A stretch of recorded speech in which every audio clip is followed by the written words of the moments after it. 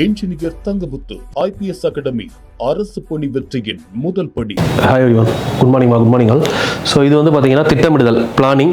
நம்ம எக்கனாமிக்ஸில் வந்து பார்த்தீங்கன்னா 5th வீடியோ 200 hours GS சீரீஸில் 7வது வீடியோ. ஸோ இதுக்கு முன்னாடி இந்த 6 வீடியோ பார்க்காதவங்க அதை பார்த்துட்டு கண்டினியூ பண்ணுங்கள். So as per schedule 200 videos plan பண்ணியிருக்கேன். 200 வீடியோஸ் கண்டினியூஸாக வரும். டெய்லி ஒரு வீடியோ. இன்றைக்கி காலையில் மேக்ஸ் வந்திருக்கும், அந்த ஜனநாயகன் PYQ சீரீஸ். அதை பார்க்காதவங்க அதை பார்த்து கண்டினியூ பண்ணுங்கள். அதிலே 4 வீடியோ கொடுத்தாச்சு, சரிங்களா? ஆல்மோஸ்ட் 7+4 11 வீடியோ இப்போ இது வரைக்கும் நான் கொடுத்துருக்கத சொல்கிறேன். ஸோ இது ஒரு 200, அது ஒரு 100, 300 பிளான் பண்ணியிருக்கேன். அஸ் பர் பிளான் போய்கிட்டே இருக்கும். ஸோ நீங்கள் உங்களுக்கான ஷெட்யூலை மேக் பண்ணி நீங்கள் அப்படியே கொண்டு வாங்க. இந்த எக்கனாமிக்ஸ் படிங்க. இது கூட வந்து ஏதாவது ஒரு சப்ஜெக்ட் எடுத்துக்கோங்க, சரிங்களா? ஏன்னா டோட்டல் சிலபஸ் எக்ஸ்ப்ளனேஷன் கொடுத்தாச்சு. வேர் டு ஸ்டடி புக் லிஸ்ட்டும் நான் கொடுத்துட்டேன். ரெண்டையும் பாருங்கள். பார்த்துட்டு நீங்கள் ஒரு பிளான் பண்ணி கொண்டு போங்க.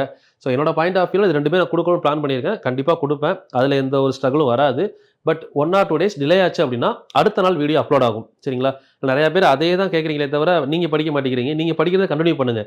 நான் கொடுத்துருக்க சீரிஸ் எதுக்காக அப்படின்னா 200 வீடியோ முடிப்பேன் அப்படிங்கிற அசூரன்ஸ்க்காக தான் 200 hours சீரிஸ் அப்படின்னு கொடுத்துருக்குது, சரிங்களா?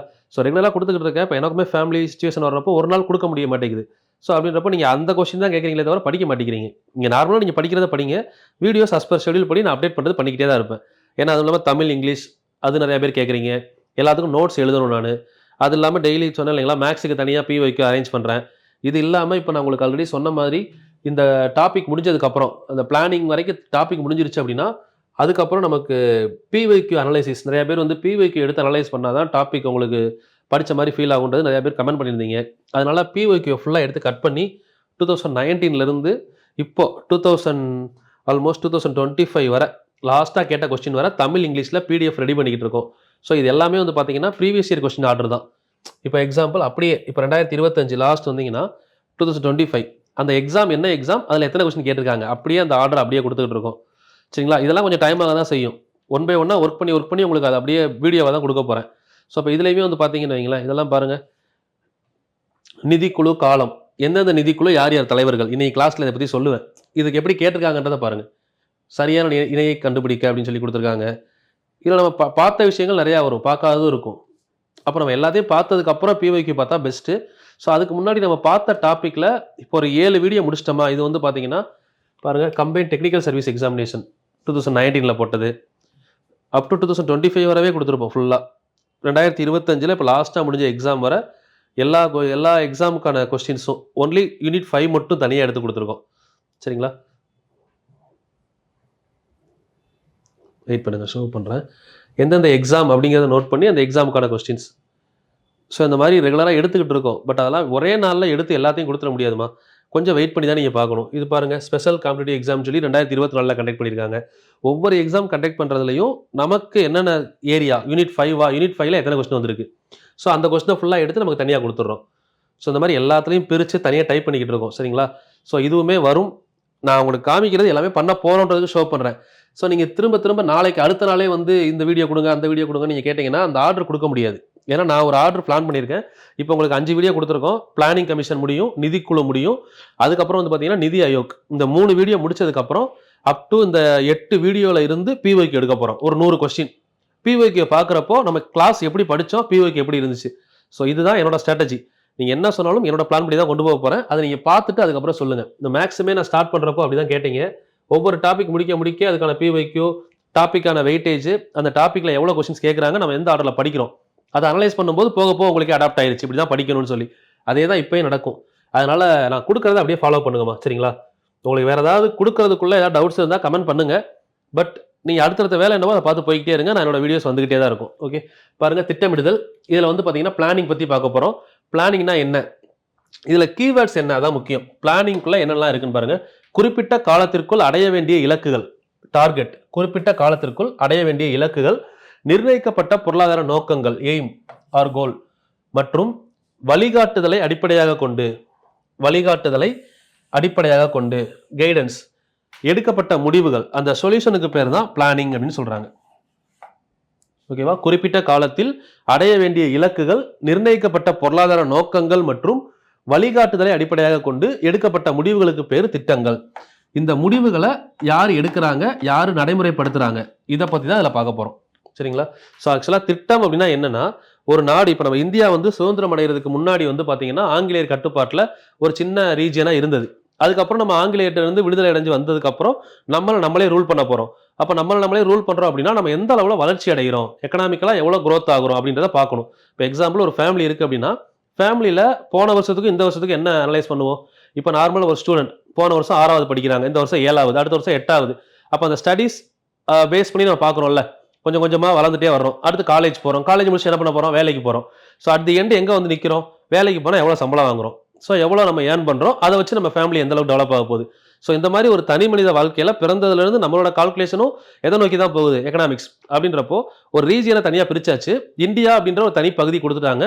அந்த பகுதியை நிர்ணயம் பண்ணக்கூடியவர் என்ன பண்ணுவார், அந்த பகுதியை நிர்வாகம் பண்ணக்கூடிய ஒரு நபர் என்ன பண்ணுவார் அப்படின்னு பார்த்தீங்கன்னா, அப்போ அந்த பகுதியில் எவ்வளோ ரெவன்யூஸ் வருது, அந்த பகுதியில் எவ்வளோ ரிசோர்ஸஸ் இருக்குது, ஸோ அப்போ அந்த ரிசோர்ஸஸை நம்ம எப்படி வந்து யூட்டிலைஸ் பண்ணலாம் ஃபுல்லாக. இப்போ எக்ஸாம்பிள் இவ்வளோ வேளாண்மை நிலம் இருக்குது, இந்த நிலத்தை ஃபுல்லாக எப்படி யூஸ் பண்ணி இது மூலமாக ப்ரொடக்ஷன் ஏற்படுத்தி அதை ஃபுல்லாக எப்படி காசாக மாற்றலாம், at the end money, economy, அதுதான் சரிங்களா. அப்போது குறிப்பிட்ட காலத்திற்குள் பாருங்கள், குறிப்பிட்ட காலம். இப்போ எக்ஸாம்பிள் ஒரு பிளான் பண்ணுறோம், 5 வருஷத்துக்குள்ள நம்ம வந்து பார்த்தீங்கன்னா ஒரு 5 வருஷத்துக்குள்ள கோதுமை உற்பத்தி ஒரு 5000 டன் வேணும் அப்படின்னு பிளான் பண்ணுறோம். இது ஒரு பிளான். இந்த மாதிரி ஒவ்வொரு ஃபீல்ட்லையும் குறிப்பிட்ட காலத்திற்குள் அடைய வேண்டிய இலக்குகள், நிர்ணயிக்கப்பட்ட பொருளாதார நோக்கங்கள் மற்றும் வழிகாட்டுதல். இந்த வழிகாட்டுதல் அப்படிங்கிறது கைடன்ஸ். யாரோட கைடன்ஸ், இப்போ அக்ரிகல்ச்சர் அப்படின்னா agriculture minister, agriculture department specialist யார் இருக்காங்க, அவங்களோட கைடன்ஸோட ஒரு பிளானை ஃப்ரேம் பண்ணி அந்த பிளானை நடைமுறைப்படுத்தி முடிக்க போகிறோம். அதுதான் பிளானிங், சரிங்களா. ஸோ திட்டமிடுதலோட எக்ஸ்பிளனேஷன் இது பார்த்துக்கோங்க. முதல்ல திட்டமிடுதல் அப்படிங்கிறத அறிமுகப்படுத்திய நாடு யார் அப்படின்னு கேட்டிங்கன்னா Russia. 1928 Soviet Russia Joseph Stalin அப்படிங்கிறவர் ஃபர்ஸ்ட் இன்ட்ரோடியூஸ் பண்ணுறாரு, சரிங்களா. இன்னும் நிறைய பாயிண்ட்ஸ் உள்ள வரும், அப்படியே நோட்ஸ் எழுதிட்டே வாங்க. அறிஞர்களின் கூற்றுகள். அனைத்து பொருளியல் வாழ்வும் திட்டமிடுதலை உட்படுத்தியதே. All economical lifes are including planning அப்படின்னு சொல்றாங்க. பிளானிங் இப்போ திட்டமிடுதலை உட்படுத்தி சொன்னது யார் அப்படின்னா லயனல் ராபின்ஸ். ஸோ இதுவுமே இப்போ நான் பார்த்த ப்ரீவியஸ் இயர் கொஸ்டின்ல கேட்டிருக்காங்க. இந்த கூற்றை கூறியவர் யார், அனைத்து பொருளியல் வாழ்வும் திட்டமிடுதலை உட்படுத்தியதே என கூறியவர் யார், லயனல் ராபின்ஸ். அடுத்து தனியார் உற்பத்தி மற்றும் விநியோக நடவடிக்கைகளை கூட்டாக கட்டுப்படுத்துவது. தனியார் ஒரு பிரைவேட் கம்பெனியோட ப்ரொடக்ஷன் அண்ட் டிஸ்ட்ரிபியூஷன் ரெண்டையும் கண்ட்ரோல் பண்றது யாரு அப்படின்னு பார்த்தீங்கன்னா திட்டமிடுதல் அப்படின்னு சொல்றாங்க. ஒரு தனியார் உற்பத்தி மற்றும் விநியோக நடவடிக்கைகளை கட்டுப்படுத்துவதே திட்டமிடுதல். சொன்னது யார் அப்படின்னா லயனல் ராபின்ஸ். யாரு சொன்னாங்க, இதான் கொஸ்டின் நமக்கு. இதெல்லாம் ஸ்டேட்மெண்ட் அப்படியே படிச்சுக்கோங்க. அதுக்கப்புறம் கொஸ்டின்ல கேட்கும்போது இந்த ஸ்டேட்மெண்ட்லாம் எங்க இருக்குன்னு போய் தேட வேணாம். நான் உங்களுக்கு 6ல இருந்து 12 புக் வர, அது போக ப்ரீவியஸ் இயர் கொஸ்டின்ல இந்த திட்டமிடுதல் சம்பந்தமான ஸ்டேட்மெண்ட் எல்லாம் மொத்தமா கொண்டு வந்துட்டேன். அடுத்து பொது நிர்வாகத்தினர் பொருளாதார முன்னுரிமைகளை தெளிவாக திட்டவட்டமாக தேர்ந்தெடுப்பது. பப்ளிக் செக்டார் பொருளாதார முன்னுரிமைகளை தெளிவாக திட்டவட்டமாக தேர்ந்தெடுப்பதே திட்டமிடுதல் அப்படின்னு சொல்லியிருப்பாங்க. பிளானிங் சொன்னது யார் அப்படின்னா பார்பரா உட்டன். பேர் முக்கியம், நோட் பண்ணிக்கோங்க. தென் பொருளாதார திட்டமிடுதல் என்பது தேர்ந்தெடுக்கப்பட்ட இலக்குகளை அடைய. அங்க பார்த்து அதே கான்செப்ட், தேர்ந்தெடுக்கப்பட்ட இலக்குகளை அடைய, அதாவது செலக்டட் டார்கெட்ஸ், சரிங்களா. உரிய பொறுப்பில் உள்ளவர்கள் நிதானமாக சிந்தித்து, உரிய பொறுப்பில் உள்ளவர்கள். இப்ப பசுமை புரட்சி கொண்டு வரணும் அப்படின்னா அந்த டைம்ல பொறுப்புல இருக்கக்கூடிய ஃபினான்ஸ் மினிஸ்டர் யாரு, அப்போ நம்ம இந்தியாவுக்குள்ள பசுமை புரட்சியை கொண்டு வந்தவர் யாரு, அவங்களாம் அந்த பொறுப்புல இருக்கிறவங்க. சிந்தனையுடன் பொருளாதார வளங்களை அதிக அளவில் பயன்படுத்த, எக்கனாமிக்கல் ரிசோர்ஸை கரெக்டாக யூட்டிலைஸ் பண்ண, utilise the all economical resources. நம்ம பொருளாதார வளங்களை கரெக்டாக அதிக அளவில் பயன்படுத்தி சுட்டிக்காட்டும் வழிமுறைகள் அப்படின்னு சொன்னவர் யாருன்னா டால்டன். திரும்ப ஒரு டைம் பாருங்க. பொருளாதார திட்டமிடுதல் என்பது தேர்ந்தெடுக்கப்பட்ட இலக்குகளை அடைய உரிய பொறுப்பில் உள்ளவர்கள் நிதானமாக சிந்தித்து பொருளாதார வளங்களை அதிக அளவில் பயன்படுத்த சுட்டிக்காட்டும் வழிமுறை தான் திட்டமிடுதல் அப்படின்னு சொன்னவர் ஜான் டால்டன். டால்டன், சரிங்களா. ஜான் டால்டன் கிடையாது. ஜான் டால்டன் யார் அப்படின்னு கேட்டீங்கன்னா அணு கொள்கையை கூறியவர். அது வந்து நம்ம கெமிஸ்ட்ரியில படிப்போம். சொன்னவர் டால்டன். இங்க புக்ல இருக்கிறது ஸ்டேட்மெண்ட், அப்படியே பேரை நோட் பண்ணிக்கோங்க. அடுத்து திட்டமிடுதலுக்கு வலிமை மிக்க தகுதி வாய்ந்த ஊழலற்ற ஆட்சி அத்தியாவசியமானது. சொன்னவர் யாரு, ஆர்தர் லூயிஸ். இவர் என்ன சொல்றாருன்னா பிளானிங்க்கு ரொம்ப ரொம்ப முக்கியம் என்னது அப்படின்னா அங்க இருக்கக்கூடிய கவர்மெண்ட் அப்படின்னு சொல்றாரு, ஆட்சி. திட்டமிடுதலுக்கு வலிமை மிக்க தகுதி வாய்ந்த ஊழலற்ற ஆட்சி அத்தியாவசியமானது, ரொம்ப ரொம்ப முக்கியம். எது அத்தியாவசியம் அப்படின்னு சொல்றாரு, ஊழலற்ற ஆட்சி இருந்தா திட்டமிடுதல் கரெக்டா இருக்கும். சொன்னவர் ஆர்தர் லூயிஸ். அப்படியே எழுதிக்கணும் உங்க பேர் எல்லாமே. இந்த 4 பேர் பேரை கூட கொடுத்து இந்த ஸ்டேட்மெண்ட் சொன்னவங்க பேரை மாத்தி கொடுத்துட்டு தவறானது எதுன்னு கேட்கலாம். அந்த மாதிரிலாம் கேட்டிருக்காங்க கொஸ்டின். பிவைக்கு உங்களுக்கு கொடுக்கும்போது தெரியும் எல்லாமே. பின்தங்கிய நாடுகளில் திட்டமிடுதல்ல என்ன பிரச்சனை, ஒரு நாடு அவங்களுக்கான எக்கனாமிக்கல் growthக்காக பிளான் பண்றாங்க. அப்படி பிளான் பண்ணும்போது அவங்க என்னென்ன பிரச்சனையை சந்திக்கிறாங்க அப்படின்னு பாத்தீங்கன்னா, 1 வலுவற்ற தகுதியற்ற ஊழல் நிறைந்த ஆட்சி. வலுவற்ற தகுதியற்ற ஊழல் நிறைந்த ஆட்சி. இப்பதான் பார்த்தோம், ஒரு நாட்டுக்கு ஆர்தர் லூயிஸ் என்ன சொல்லியிருக்காரு, ஒரு நாட்டுக்கு திட்டமிடுதலுக்கு முக்கியம் ஃபர்ஸ்ட் அந்த நாட்டுடைய ஆட்சியாளர் எப்படி இருக்காங்க, அந்த அரசியல் நிலைமை எப்படி இருக்கு, அதை பொறுத்து தான் திட்டமிடுதல் நல்லா செயல்படுத்த முடியும் அப்படின்னு சொல்றாங்க. திட்டம் அப்படிங்கிறத பிளான் பண்ணலாம், அந்த பிளானை எக்ஸிக்யூட் பண்ணி முடிக்கிற வரைக்கும் யாரு கையில இருக்கு அப்படின்னா அந்த கவர்மெண்ட் கையில இருக்கு. ஸோ அப்போ மெயின் வலுவற்ற தகுதியற்ற ஊழல் நிறைந்த ஆட்சி எங்க இருக்கு அப்படின்னா பின்தங்கிய நாடுகள்ல. அந்த நாடு பின்தங்கி இருக்கிறதுக்கு காரணமே ஊழல் நிறைந்த ஆட்சி. ஸோ அப்ப அங்க திட்டமிடுதல் வந்து செயல்பாடுகள் இருக்காது. இதெல்லாம் ஒரு பிரச்சனை. ரெண்டாவது, மக்களாட்சி நாடுகள். அதாவது திட்டமிடுதல்னா இப்போ ஒரு கவர்மெண்ட் வந்து பிளான் பண்ணிட்டாங்க, ஒருத்தர் பிளான் பண்ணி அந்த பிளானை எக்ஸிக்யூட் பண்ண போறாங்க. ஒரு பிளான்ல இப்போ எக்ஸாம்பிள் ஒரு நாடு இருக்குன்னு வச்சுக்கோங்களேன். இப்போ நம்ம இந்தியாலே எடுத்தீங்க அப்படின்னா நம்ம இந்தியாவில் ஒரு ஏரியா சைடு ஃபுல்லாக அக்ரிகல்ச்சருக்கு நல்லா ஃபோக்கஸ் பண்ணுவோம். இப்போ சென்னை சைட்லாம் வந்து பார்த்தீங்க அப்படின்னா ஃபுல்லாகவே சர்வீஸ் செக்டர் அதிகமாக இருக்கும், ஐடி கம்பெனிஸ் இந்த மாதிரி. ஸோ அப்போ சென்னையில் வந்து அக்ரிகல்ச்சர் சம்பந்தமான ஒரு ஸ்கீமை கொண்டு வராங்கன்னு வைங்களேன். ஸோ மக்கள் எல்லாரும் சேர்ந்து ஓட்டு போட்டு தேர்ந்தெடுக்கக்கூடிய தலைவர்கள் தான் எம்எல்ஏ எம்பிஸாக இருக்காங்க. ஸோ அப்போ அவங்களுடைய சப்போர்ட் அப்படிங்கிறது எல்லாருடைய சப்போர்ட்டு ஈக்குவலாக இருக்கும்போது தான் ஒரு ஸ்கீமை உள்ளே கொண்டு வர முடியும். அப்போ மக்களாட்சி நாடுல ஒரு விஷயத்தை நடைமுறைப்படுத்தும் போது எல்லாருடைய ஒத்துழைப்பு இருக்கணும். இப்போ மக்களாட்சி இல்லாம ஒரு சர்வாதிகார நாடா இருந்தா அவங்க சொல்ற பிளானை அப்படியே கொண்டு வந்துடலாம். அதுல அட்வான்டேஜும் இருக்கு, டிஸ்அட்வான்டேஜும் இருக்கு. சரிங்களா? அட்வான்டேஜ் எப்படி இருக்கோ அதுக்கு ஈக்குவலா டிமெரிட்ஸ் இருக்கு. ஏன்னா அவங்க சொல்ற பிளான் வந்து ஒருவேளை மக்களை பாதிக்கிற மாதிரி கூட இருக்கலாம். இது எதுல அப்படின்னா டோட்டலிட்டேரியன் சர்வாதிகாரத்துல. ஆனா நம்ம மக்களாட்சியில மக்களை பாதிக்கிற மாதிரி இல்லைன்னா கூட அந்தந்த பகுதி மக்கள் அவங்களுக்கான முக்கியத்துவத்தை தனித்தனியா கொடுப்பாங்க.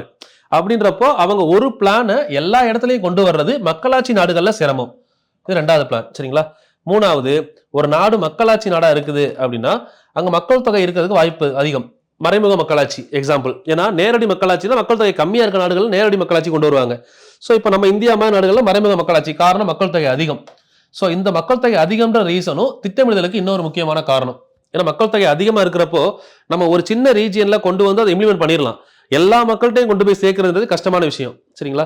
அதனாலதான் ஏதாவது ஒரு ஸ்கீம் கொண்டு வந்தாங்கன்னா கூட அந்த ஸ்கீமோட இம்பாக்ட் வந்து குறைவான மக்கள் தொகை இருக்கிற இடம், அதிகமா எஜுகேஷன் படிச்சவங்க இருக்கிற இடம், அங்க இம்ப்ளிமெண்ட் பண்ணி பார்த்தாதான் ரிசல்ட் சீக்கிரம் தெரியும்.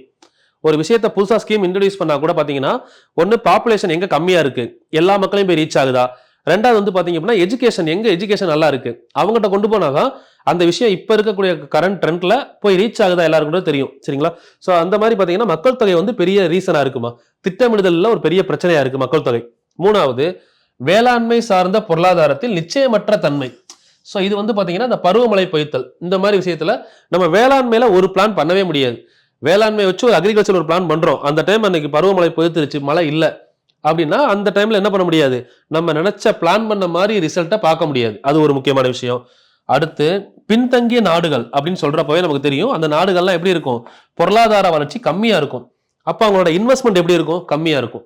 குறைந்த முதலீடுகளை கொண்டிருத்தல். இந்த 5 பாயிண்ட், இந்த 5 பாயிண்ட்டுமே பொருளாதாரத்தில் பின்தங்கிய நாடுகளில் சந்திக்கக்கூடிய பிரச்சனை. எதுல? திட்டமிடுதல்ல.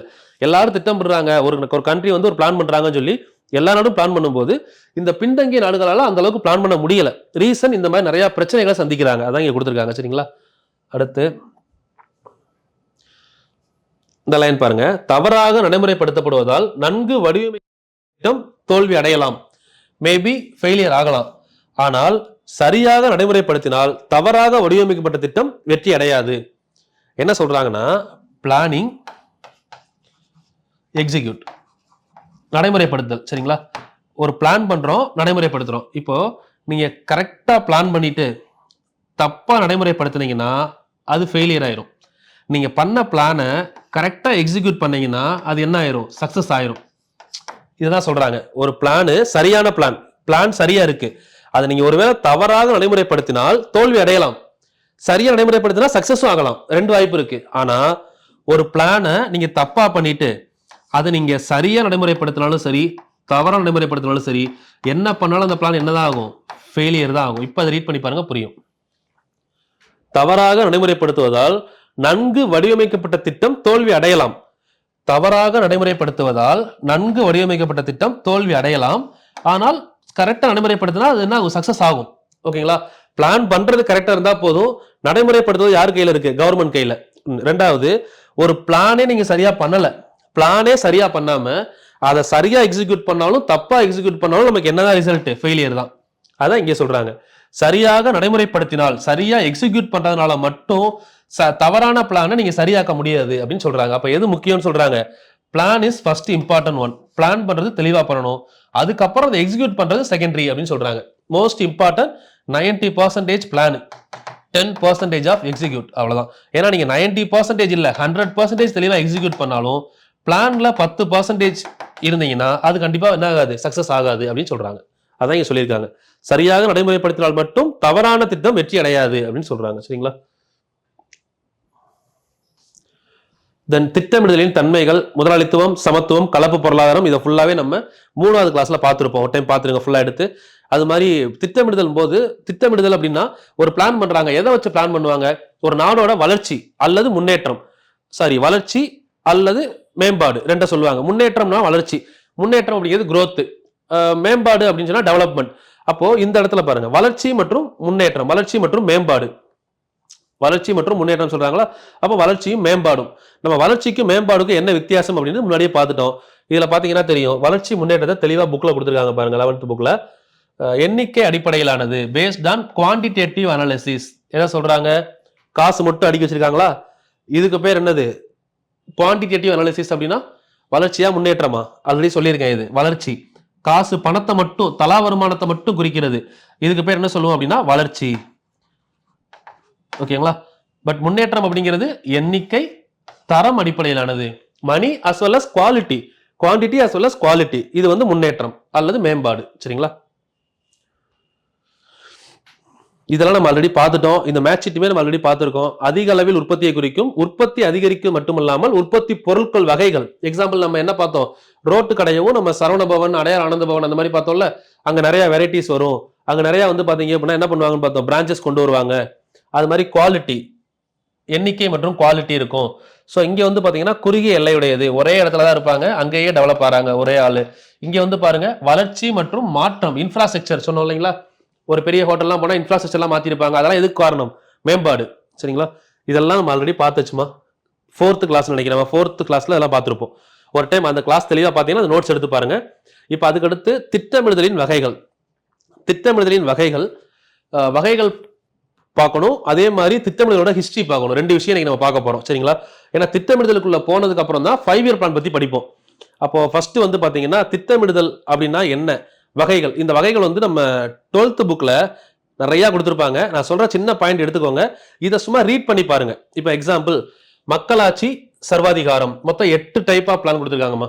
மக்களாட்சி, சர்வாதிகாரம், வழிகாட்டுதல், திட்டமிடுதல், தூண்டும் திட்டமிடுதல், எல்லாத்துக்குமே கீழே எக்ஸ்பிளனேஷன் இருக்கு. பட் இந்த எக்ஸ்பிளனேஷன் ரீட் பண்ணிக்கோங்க உங்களுக்கு. பட் நான் சொல்ற ஐடியாவை வச்சு எது முக்கியம்னு சொல்றேன்னா அதை மட்டும் நோட்ஸ் எடுத்து படிச்சுக்கோங்க. இப்போ மக்களாட்சி, சர்வாதிகாரம் ஃபர்ஸ்ட் பாப்போமா? மக்களாட்சி, சர்வாதிகாரம். நீ பாருங்க, மக்களாட்சி திட்டம்னா என்ன? எல்லா திட்டத்திலையும் மக்கள் இன்வால்வ் ஆயிருக்கணும், அவ்வளவுதான். மக்களாட்சி திட்டம்னா ஒவ்வொரு முடிவும் மக்களால் எடுக்கப்பட்டது அல்லது மக்களால் தேர்ந்தெடுக்கப்பட்ட பிரதிநிதிகளால் எடுக்கப்பட்டது, அவ்வளவுதான் விஷயம். சரிங்களா? இப்ப பாருங்க, மக்களாட்சி, மக்களாட்சினா டெமோக்ராட்டிக், டோட்டலிட்டேரியன் அப்படின்னு சொல்லுவாங்க. மக்களாட்சினா டெமோக்ராட்டிக், டோட்டலிட்டேரியனா சர்வாதிகாரம். பாருங்க, திட்டங்களை தயாரித்தல், செயல்படுத்துதல் போன்ற அனைத்து நிலைகளிலும் மக்கள் பங்கேற்றுக் கொள்ளும் திட்டமிடுதல். சிம்பிளா மக்களாட்சி அப்படின்னா பிளான் பண்றதுல இருந்து எக்ஸிக்யூட் பண்ற வரை எல்லாத்துலயும் மக்களின் பங்கு இருக்கும். சிம்பிள். இது பேர் மக்களாட்சி திட்டமிடுதல். சரிங்களா? வேற ஏதாவது இம்பார்ட்டன்ட் தான் நானே சொல்லிடுவேன், இதை பெருசா வேற எதுவுமே இல்லை. சரிங்களா? அடுத்து சர்வாதிகாரம். மக்களாட்சின்னு சொல்றப்ப பாராளுமன்றம் எல்லாமே உள்ள வந்துடும். ரீட் பண்ணி பாத்தீங்கன்னா புரியும் உங்களுக்கு. திட்டம் தீட்டுதல், நோக்கங்களை நிர்ணயித்தல், இலக்குகளை கண்டறிதல், தீர்மானித்தல் ஆகியவற்றை செய்கிறது அப்படின்னு சொல்றாங்களா? சோ இதை வந்து என்ன சொல்றாங்க அப்படின்னா, எல்லாத்துலயும் அங்க என்ன இருப்பாங்க? இப்ப இங்க சொன்ன எல்லா விஷயத்திலையுமே இங்க மக்கள் இருப்பாங்க, அவ்வளவுதான். இல்ல வேற எதுவும் இல்ல. மக்களை உள்ளடக்கியது, பொதுமக்களையும் உள்ளடக்கியது. சிம்பிளா சொல்லணும், மக்களாட்சின்னு சொல்றப்ப பொதுமக்களையும் உள்ளடக்கியது. சோ இப்ப இந்த பிளான் இங்க சொன்ன டேட்டா, இந்த டேட்டா எல்லாமே இங்க வந்தாலும் என்ன சொல்லியிருக்கணும் அப்படின்னா எல்லாத்துலயும் மக்களை உள்ளடக்கியது சொல்லியிருக்கணும், அவ்வளவுதான். அப்படி புரிஞ்சுக்கிட்டோம்னா ஈஸி. ஏன்னா இதை ஃபுல்லா அப்படியே மனப்பாடம் பண்ணணும் அப்படின்னா யாருமே பண்ண முடியாது, மனப்பாடம் பண்ணி படிக்க முடியாது. மக்களாட்சிக்கும் சர்வாதிகாரத்துக்கும் என்ன வித்தியாசம்?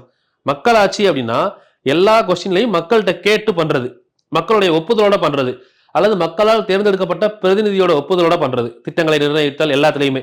சோ அப்ப இதுக்கு பேர் வந்து பாத்தீங்கன்னா மக்களாட்சி. அப்ப சர்வாதிகாரம்னா என்ன? அப்படியே வாங்க, சர்வாதிகாரம், சர்வாதிகார திட்டமிடுதல். இதுலயே பாருங்க, மைய திட்டக்குழு ஒன்று திட்டத்தை கையில் வைத்துக் கொண்டு நாட்டின் அனைத்து பொருளாதார நடவடிக்கைகளையும் கட்டுப்படுத்தி விரும்பிய திசையில் நடைபெற வைப்பது சர்வாதிகாரம். சர்வாதிகார ஆட்சின்னு சொல்லுவாங்கல்ல.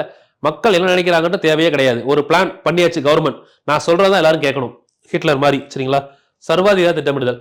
பொருளாதார நடவடிக்கைகள் மத்திய கட்டுப்பாட்டின் படியும் வழிகாட்டுதலின் படியும் ஒரே ஒரு திட்டமாக இருக்கும். சிம்பிள். நுகர்வு, பரிமாற்றம், பகிர்வு அனைத்தும் அரசு கட்டுப்பாட்டில் இருக்கும். சிம்பிள். இந்த இடத்துல அரசு கட்டுப்பாடுனா சர்வாதிகாரம், வேற ஒண்ணுமே இல்லை. சிம்பிளா நீங்க எல்லாத்தையுமே டபுள் பாக்ஸ் எழுதிக்கோங்க. இப்படி ஃபுல்லா போடுறத விட கொஸ்டின் எழுதும் போதே ரெண்டா ஸ்பிளிட் பண்ணி மக்களாட்சி, சர்வாதிகாரம். சரிங்களா? இங்க என்னன்னா எல்லா மக்களும் இதுல ஈடுபட்டு இருப்பாங்க. ஓகேங்களா? சர்வாதிகாரத்துல ஒரு கவர்மெண்ட் அவங்க போடுற பிளானை தான் எல்லாரும் அக்செப்ட் பண்ணணும். கொஸ்டின் கேட்கக்கூடாது. இங்க வந்து கொஸ்டின் கேட்கலாம் சிம்பிளா, இங்க கொஸ்டினே கேட்கக்கூடாது. இவ்வளவுதான் ரெண்டுக்குள்ள வித்தியாசம். சரிங்களா? இந்த மாதிரி நம்ம சிம்பிளா எழுதிக்கோங்க. உள்ள ரீட் பண்ணுங்க, ரீட் பண்ண வேணாம் சொல்லல, பட் இந்த சிம்பிள் லாஜிக் வச்சுட்டு உள்ள ரீட் பண்ணிக்கலாம். இப்போ இதுல பாருங்க, மையப்படுத்தப்பட்ட திட்டம், பரவலாக்கப்பட்ட திட்டம் சொல்றாங்களா? Centralised plan, decentralised plan. Centralised பிளான்னா இப்போ எக்ஸாம்பிள் ஒரே ஒரு சென்டர் தான், அவங்க பண்ற பிளானை எல்லா ஸ்டேட் எடுத்துக்கிறது, அப்படி எடுத்துக்கலாமா? சென்ட்ரலைஸ்டு பிளான்னா மையப்படுத்தப்பட்ட திட்டம், ஒரே திட்டம், அதை எல்லாருக்கும் அனுப்புறாங்க. சரிங்களா? இது சென்ட்ரலைஸ்டு பிளான். பரவலாக்கப்பட்ட திட்டம்னா ஒவ்வொரு துறையும் தனித்தனியா திட்டங்கள் பிளான் பண்ணி அதை எல்லாரும் யூஸ் பண்ணிக்கிறது. இதுக்கு பேர் பரவலாக்கப்பட்ட திட்டம். இது வந்து என்னன்னா சென்ட்ரல் கவர்மெண்ட் ஸ்கீம் சொல்லிடலாமா? சிம்பிளா சென்ட்ரல் கவர்மெண்ட் ஸ்கீம் இருக்குல்ல, இதுக்கு பேர் வந்து சென்ட்ரலைஸ்டு பிளான் சொல்லுங்க. ஸ்டேட் கவர்மெண்ட் ஸ்கீம் வந்து நம்ம என்ன சொல்லிடலாம்? பரவலாக்கப்பட்ட திட்டம். ஒவ்வொருத்தவங்களும் ஒவ்வொரு பிளான் அவங்க ஆர்டர்ல கொண்டு வர்றாங்க. ஸோ அது பிடிச்சிருந்தா என்ன பண்றாங்க? ஃபாலோ பண்றாங்க. சிம்பிளா அப்படி எடுத்துக்கோங்க. கண்டிஷன் என்ன ரீட் பண்ணி பாருங்க. மையப்படுத்தப்பட்ட திட்டமிடலில் திட்டம் தொடர்புடைய நடவடிக்கைகள் மைய திட்டக்குழுவின் கட்டுப்பாட்டில் இருக்கும். பாருங்க, திட்டம் தீட்டுதல், நிர்ணயித்தல் எல்லாமே எங்க இருந்து வரும்? மைய திட்டக்குழு. இது வந்து சென்ட்ரல் கவர்மெண்ட்ல இருந்து ஸ்டேட்டுக்கு வரும்னு சொன்னா அப்ப இதுக்கு பேரு, இதை மட்டும் நோட் பண்ணிக்கணும், மேலிருந்து திட்டமிடுதல். இது ஒன் வேர்ட்ல கேட்பாங்க. மைய திட்டமிடுதலுக்கு இன்னொரு பேர் என்ன சொல்றாங்க? மேலிருந்து திட்டமிடுதல். நான் பாக்ஸ் பண்றது, அண்டர்லைன் பண்றது, அந்த வார்த்தை கீவேர்டு முக்கியம். சரிங்களா? Top to bottom approach. அப்போ பரவலாக்கப்பட்ட திட்டம்னா கீழிருந்து திட்டமிடுதல், பாட்டம் டு டாப் அப்ரோச், கீழிருந்து திட்டமிடுதல். சரிங்களா? பரவலாக்கப்பட்ட திட்டமிடுதலில் மைய அமைப்புகள் கட்டுப்பாடுகள் இன்றி உள்ளூர் அமைப்புகள், உள்ளூர் நிறுவனங்கள் திட்டங்களை தீட்டுதல், செயல்படுத்தல் ஆகியவற்றை கையில வச்சிருப்பாங்க. ஒருத்தவங்க ஆர்டர் பண்ணி எல்லாரும் பண்றது சென்ட்ரலைஸ்டு. ஸோ ஒவ்வொருத்தவங்களும் அவங்களோட பிளானை ரெக்டிஃபை பண்ணி, அதாவது பிளானை எக்ஸிக்யூட் பண்ணி அதில் இருக்கக்கூடிய டிராபேக்ஸ் எல்லாம் ரெக்டிஃபை பண்ணி அவங்களே கையில் எடுத்து பண்றதுக்கு பேரு என்ன சொல்ற? பரவலாக்கப்பட்ட திட்டம். சரிங்களா? சிம்பிள் லாஜிக் தான். இப்போ இதுல வந்து எல்லாருக்கும் என்ன கன்ஃபியூஷன் வரக்கூடாதுன்னா, ஃபர்ஸ்ட் பார்த்தோம்ல சர்வாதிகாரம், மக்களாட்சி. அப்போ அந்த மக்களாட்சி இங்க இருக்கக்கூடிய சென்ட்ரலைஸ்டு பிளான் ரெண்டும் ஒன்னா அப்படின்னா இதுக்குள்ள லிங்க் இருக்கலாம், அது ரெண்டையும் வேறுபடுத்த முடியாது. இப்போ நம்ம சென்ட்ரலைஸ்டு பிளான் அப்படின்னு பார்த்தோம் இப்போ இதுல, அப்போ மையப்படுத்தப்பட்ட திட்டம். அதே மாதிரி நம்ம அங்க பார்த்ததுல மக்களாட்சி திட்டம். மக்களாட்சி திட்டத்துல மையப்படுத்தப்பட்ட திட்டமும் இருக்குதா அப்படின்னு கேட்டீங்கன்னா இருக்கு. மக்களாட்சி திட்டம் அப்படிங்கிறது மக்கள் எல்லாத்துலயும் பங்கெடுப்பாங்க, அதான் மக்களாட்சி. மையப்படுத்தப்பட்ட திட்டம்னா இப்ப கவர்மெண்ட் ஒரு திட்டத்தை போட்டு அதை எல்லா ஸ்டேட்டும் இம்ப்ளிமெண்ட் பண்றாங்க, மையப்படுத்தப்பட்ட திட்டம். அப்ப ரெண்டுமே ஒரு கண்ட்ரிக்கு வருமானா வரும். இது இருக்கக்கூடிய எல்லா வகைகள்லையும் ஒரு கண்ட்ரிக்கு ஏதாவது ஒன்று வந்துகிட்டே தான் இருக்கும். புரியுதா? ஏன்னா அதை சில பேர் யோசிக்கிறோம், ஒவ்வொன்றுக்கும் ஒவ்வொரு கண்ட்ரி எக்ஸாம்பிள் வருமானா அப்படி கிடையாது. சரிங்களா? அந்த மாதிரி வராது. இதுல ஒரு சில இடத்துல கண்ட்ரி நேம் கொடுத்துருப்பாங்க, அதை மட்டும் படிச்சா போதும். ப்ரீவியஸ் இயர் கொஸ்டின்ல அது மட்டும் தான் கேட்டிருக்காங்க. பாருங்க, வழிகாட்டும் திட்டமிடுதலும் தூண்டும் திட்டமிடுதலும். இதுல பாத்தீங்கன்னா வழிகாட்டும் திட்டமிடுதல் அப்படின்னா இண்டிகேட் பிளானிங், தூண்டும் திட்டம் அப்படின்னா induced planning. Indicate or induced. சரிங்களா? Indicate or induced. திட்டக்குழு வழிகாட்டுதல் வழங்கி, பாருங்க, திட்டக்குழு வழிகாட்டுதல் வழங்கி திட்டம் தீட்டுறாங்க. திட்டக்குழு வழிகாட்டுதல் வழங்கி திட்டம் தயாரித்து திட்டத்தை ஆணையிடுதல் மூலம். சரிங்களா? வழிகாட்டுதல் அவங்க தான் சொல்றாங்க, திட்டத்தை தயாரிக்கிறது அவங்க தான், ஆர்டர் போடுறது யாரு தான்? திட்டக்குழு தான். ஆணையிடுதல் மூலம் செயல்படுத்தினால் வழிகாட்டுதல் திட்டமிடுதல் ஆகும். அவ்வளவுதான். திட்டக்குழு திட்டத்தை பிளான் பண்ணி அவங்களே ஆர்டர் பண்றாங்க அப்படின்னா அதுக்கு பேர் என்ன சொல்றாங்க? வழிகாட்டுதல் திட்டம், இண்டிகேட்டிவ் பிளானிங். சரிங்களா? இப்போ இன்டியூஸ்டு பிளானிங்னா என்னன்னா, இன்டியூஸ்டு பிளானிங் அப்படிங்கிறது ஒரு பிளான் பண்ணிட்டாங்க, அந்த பிளானை இப்படிதான் பண்ணணும்னு வழிகாட்டுறாங்க.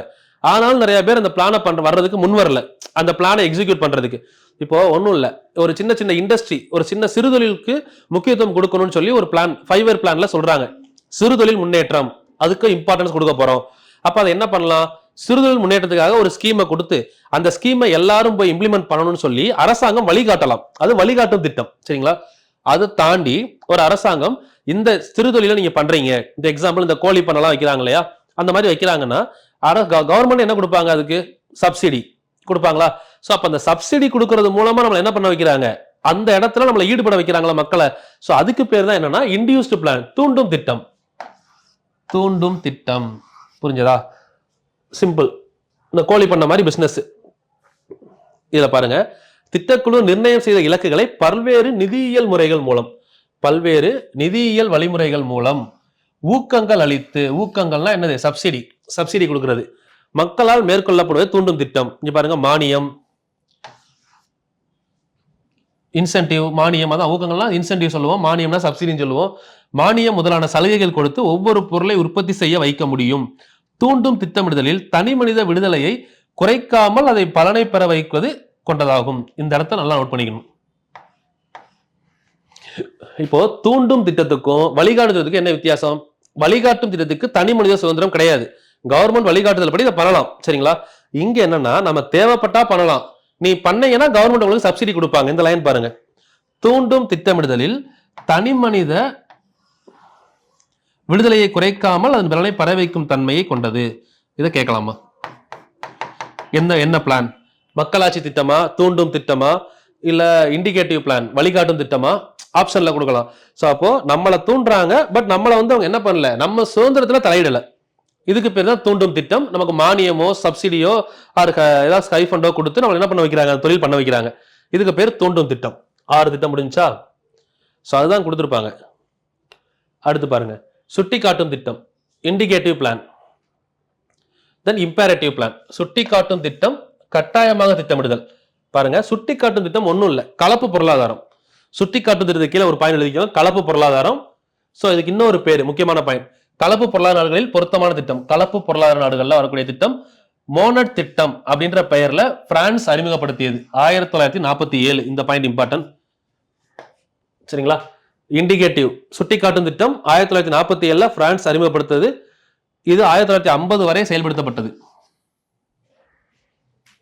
சரிங்களா? இதுல என்ன இருக்கும்னா, கலப்புன்ற பெயர் நமக்கு என்ன வந்திருக்கும், public sector plus private sector, 2 பேரும் சேர்ந்து பண்ணக்கூடிய திட்டம், சரிங்களா? இங்க பாருங்க, திட்டக்குழு இலக்குகளை அடையும் வழிமுறைகளை குறிப்புரைகளாக தயாரித்து தனியார் நிறுவனங்களின் பிரதிநிதிகள், தொழிற்சங்க தலைவர்கள், நுகர்வோர் குழுக்கள், யார் யாருன்னு பாருங்க, தனியார் வந்துடுறாங்க, பிரதிநிதிகள், தொழிற்சங்க தலைவர்கள் வந்துடுறாங்க, நுகர்வோர் கன்சியூமர் குழுக்கள் எல்லாருமே சேர்ந்து ஒரு பிளானை கொண்டு வர்றாங்க, சரிங்களா? சுட்டி காட்டும் திட்டம் பாருங்க, ஆகியோர் கலந்து ஆலோசித்து செயல்படுத்தப்படும் திட்டமிடுதலே சுட்டி காட்டும் திட்டமிடுதல் ஆகும். இதுதான் சுட்டி காட்டும் திட்டம். இதுல நமக்கு புக் பாயிண்ட்ல முக்கியமான விஷயம் என்ன அப்படின்னா, இந்த மோனட் திட்டம் என்ற பெயரில் அழைக்கப்பட்ட திட்டம் எதுன்னு கேட்கலாமா? சுட்டி காட்டும் திட்டம் தான் மோனட் திட்டம்ன்ற பெயரில் அழைக்கப்பட்டது. இதை அறிமுகப்படுத்திய நாடு எதுன்னு கேட்டீங்கன்னா பிரான்ஸ், 1947 இருந்து 1950 வரை. நான் அண்டர்லைன் பண்ணிருக்கிறது, பாக்ஸ் பண்ணிருக்கிறது கொஞ்சம் முக்கியமா பாத்துக்கோங்க. அதுக்கடுத்து பாத்தீங்க அப்படின்னா, கண்டிப்பான முறையில் இம்பேரேட்டிவ் பிளான் பார்த்தோம்ல, இம்பேரேட்டிவ் அப்படின்னா கட்டாயப்படுத்த, கண்டிப்பா இதான் பண்ணணும் அப்படிங்கிற பிளான். சோ இதுல வந்து பாத்தீங்கன்னா, திட்டம் தயாரித்தல், செயல்முறைப்படுத்துதல் எல்லாத்துலயும் யாருக்கு தான் மெஜாரிட்டி கொடுக்குறாங்க? கவர்மெண்ட். கண்டிப்பா கட்டாயமா இதான் பண்ணணும் அப்படின்னு சொல்றாங்க. இதை சொல்றது யார் அப்படின்னா கவர்மெண்ட். இதுல கவர்மெண்ட் தான் முக்கியமானதா இருக்கும். சோ இது வந்து பாத்தீங்க அப்படின்னா சோசியலிஸ்ட் கண்ட்ரில வரும், சரிங்களா? சோ இதுல பாருங்க, இத ரஷ்யாவின் தலைவர், நல்லா புரிஞ்சுக்கணும், இந்த இம்பேரேட்டிவ் பிளானை யாரு கொண்டு வந்தாங்க, கட்டாயப்படுத்தப்பட்ட பிளான், ரஷ்யாவின் அப்போதைய தலைவர் ஜோசப் ஸ்டாலின் கொண்டு வந்திருப்பாரு. நமது திட்டம் நமது அறிவுரைகள், ஒரு கவர்மெண்டா இருந்து சொல்றாங்க, நமது திட்டம் நமக்கான அறிவுரைகள். இதை சொன்னவர் யாருன்னு கேட்கலாம், கூற்று ஜோசப் ஸ்டாலின், ரஷ்யாவுடைய அப்போதைய குடியரசுத் தலைவர். இது எந்த திட்டம் மூலமா கொண்டு வரப்பட்டது? கட்டாயமான திட்டமிடுதல், இம்பேரேட்டிவ் பிளான் மூலமா கொண்டு வரப்பட்ட திட்டம், சரிங்களா? பாருங்க, அரசின் அனைத்து வளங்களும் அரசின் கட்டுப்பாட்டின் கீழ் இருக்கும். இங்கு நுகர்வோர் இறையாண்மை இருக்காது. அங்க நம்ம போனதுல என்ன பார்த்தோம், நுகர்வோர் எல்லாத்தையும் கேட்டு கொள்கைகளை வழிவகுப்பாங்கன்னு பார்த்தோம். இங்க அப்படி கிடையாது. அரசின் கொள்கைகள் வழிமுறைகளும் மாறாது நிலையாக இருக்கும். சீனாவும் ரஷ்யாவும் இந்த திட்டமுறைகளை கொண்டு கடைபிடிக்கும் நாடுகளாகும். இந்த இடத்துல மட்டும்தான் நம்ம நோட் பண்ணணும். இதை சீனாவும் ரஷ்யாவும் இம்பேரேட்டிவ் பிளானை ஃபாலோ பண்றாங்க. மற்ற எதுலையும் நம்ம எதையும் கொண்டு வர தேவையில்லை, சரிங்களா? இப்போ நான் அண்டர்லைன் பண்ண பாயிண்ட்ஸ் மட்டும் எழுதிக்கோங்க. நமது திட்டம் நமக்கான அறிவுரை யாரு சொன்னாங்க, எந்த பிளானுக்கு கீழே வருது, இந்த பிளானை யார் யார் ஃபாலோ பண்றாங்க, இது மட்டும்தான் அதுல முக்கியமான விஷயம். மொத்தம் 8 டைப் ஆஃப் பிளான் பார்த்துருக்கோம். நெக்ஸ்ட் பாருங்க,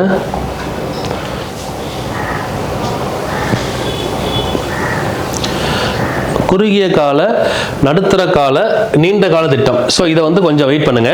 ஏன்னா இது வந்து நமக்கு இங்கே என்ன கொடுத்துருக்காங்கன்னா, கட்டுப்படுத்தும் திட்டம், ஆண்டு திட்டம். இங்கே வந்து எக்ஸ்ட்ரா நேம் மட்டும் தான் கொடுத்துருக்காங்க. நம்ம இதை வந்து டீட்டெயிலாக எங்கே பார்க்கலாம் அப்படின்னா, முன்னோக்கு திட்டம் இருக்கு இல்லைங்களா, இதெல்லாம் இங்கே இருக்கும் கீழே. இதில் நம்ம அப்படியே ஆட் பண்ணி எழுதிட்டா முடிஞ்சது. இது நான் சொல்கிறேன், அதுக்கப்புறம் இந்த பாக்ஸ் போட்டுக்கலாம். ஏன்னா இதில் ஒரு டைம் கொஸ்டினுமே கேட்டிருக்காங்க. கொஞ்சம் வெயிட் பண்ணுங்க.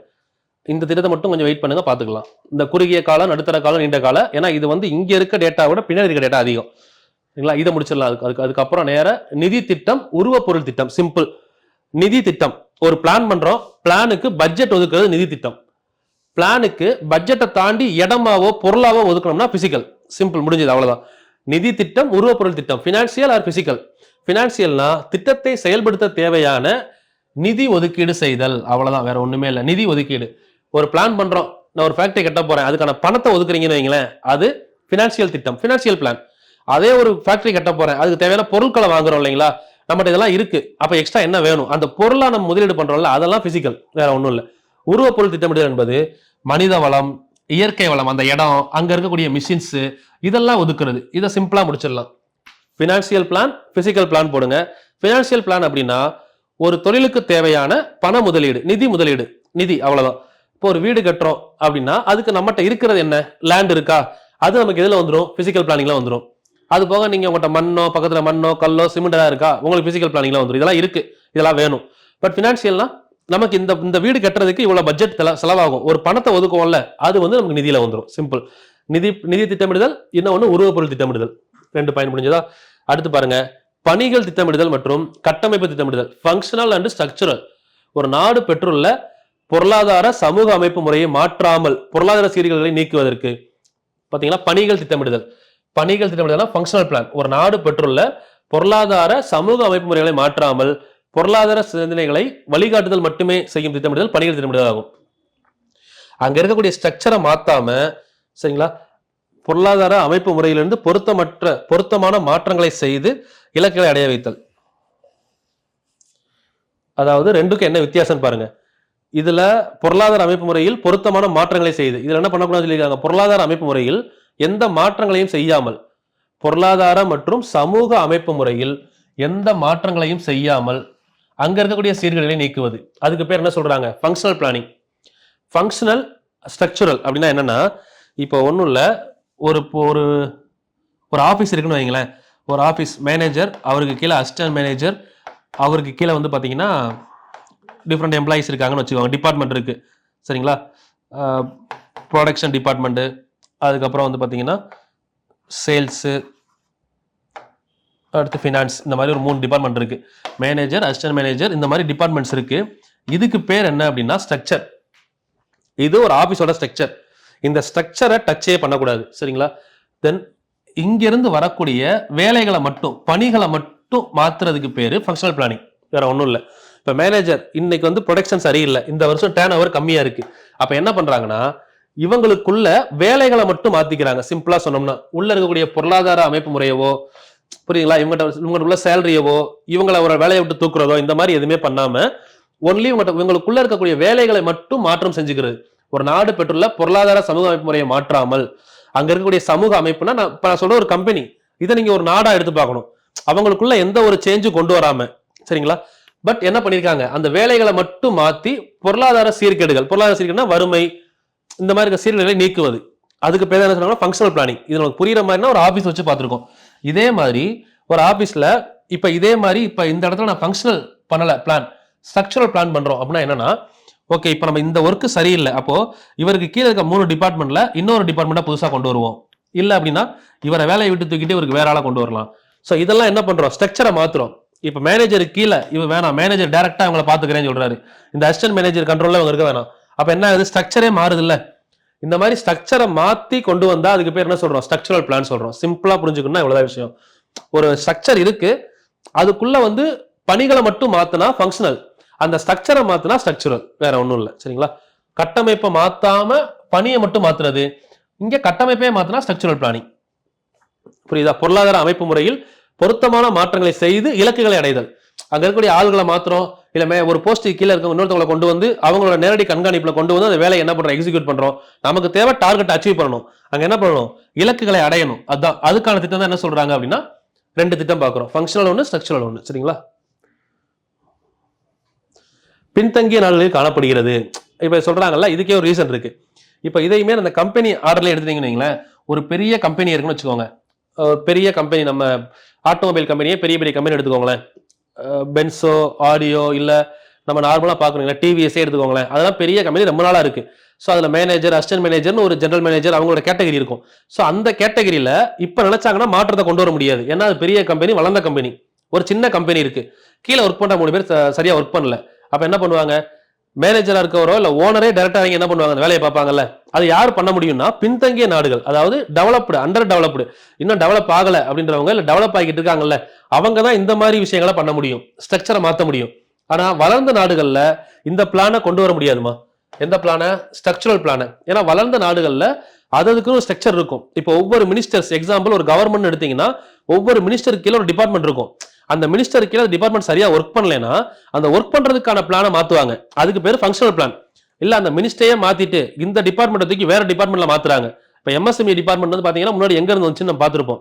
எம்எஸ்எம்இக்கு முன்னாடி எப்படி இருந்துச்சு, சிறுதொழில் முன்னேற்றத்துல இருந்து எம்எஸ்எம்இ எப்படி மாறுச்சு, அந்த ஹிஸ்டரி பாருங்க சரிங்களா. அதுல பாத்தீங்கன்னா தெரியும், அதெல்லாம் டிபார்ட்மெண்டே மாறி இருக்கும். அப்போ ஒரு மினிஸ்ட்ரிக்கு கீழே கொண்டு வர்றாங்கல்ல, இந்த டிபார்ட்மெண்டல் சேஞ்சஸ் எல்லாமே வந்து பாத்தீங்கன்னா வளர்ந்த நாடுகள்ல பெருசா இருக்காது. ஏன்னா வளர்ந்த நாடுகள்ல டிபார்ட்மெண்ட் பிரிச்சு அதுக்கான ஒரு கரெக்டா போய்கிட்டு இருக்கும். அதனாலதான் என்ன சொல்லியிருப்பாங்கன்னா பின்தங்கிய நாடுகளில் காணப்படுகிறதுன்னு சொல்லியிருப்பாங்க. பின்தங்கிய சிறிய நாடுகள்ல காணப்படும் சரிங்களா. அடுத்து விரிவான திட்டமிடுதலும் பகுதி திட்டமிடுதலும். இது லைன்லயே உங்களுக்கு பார்த்தோன்னே புரியும்.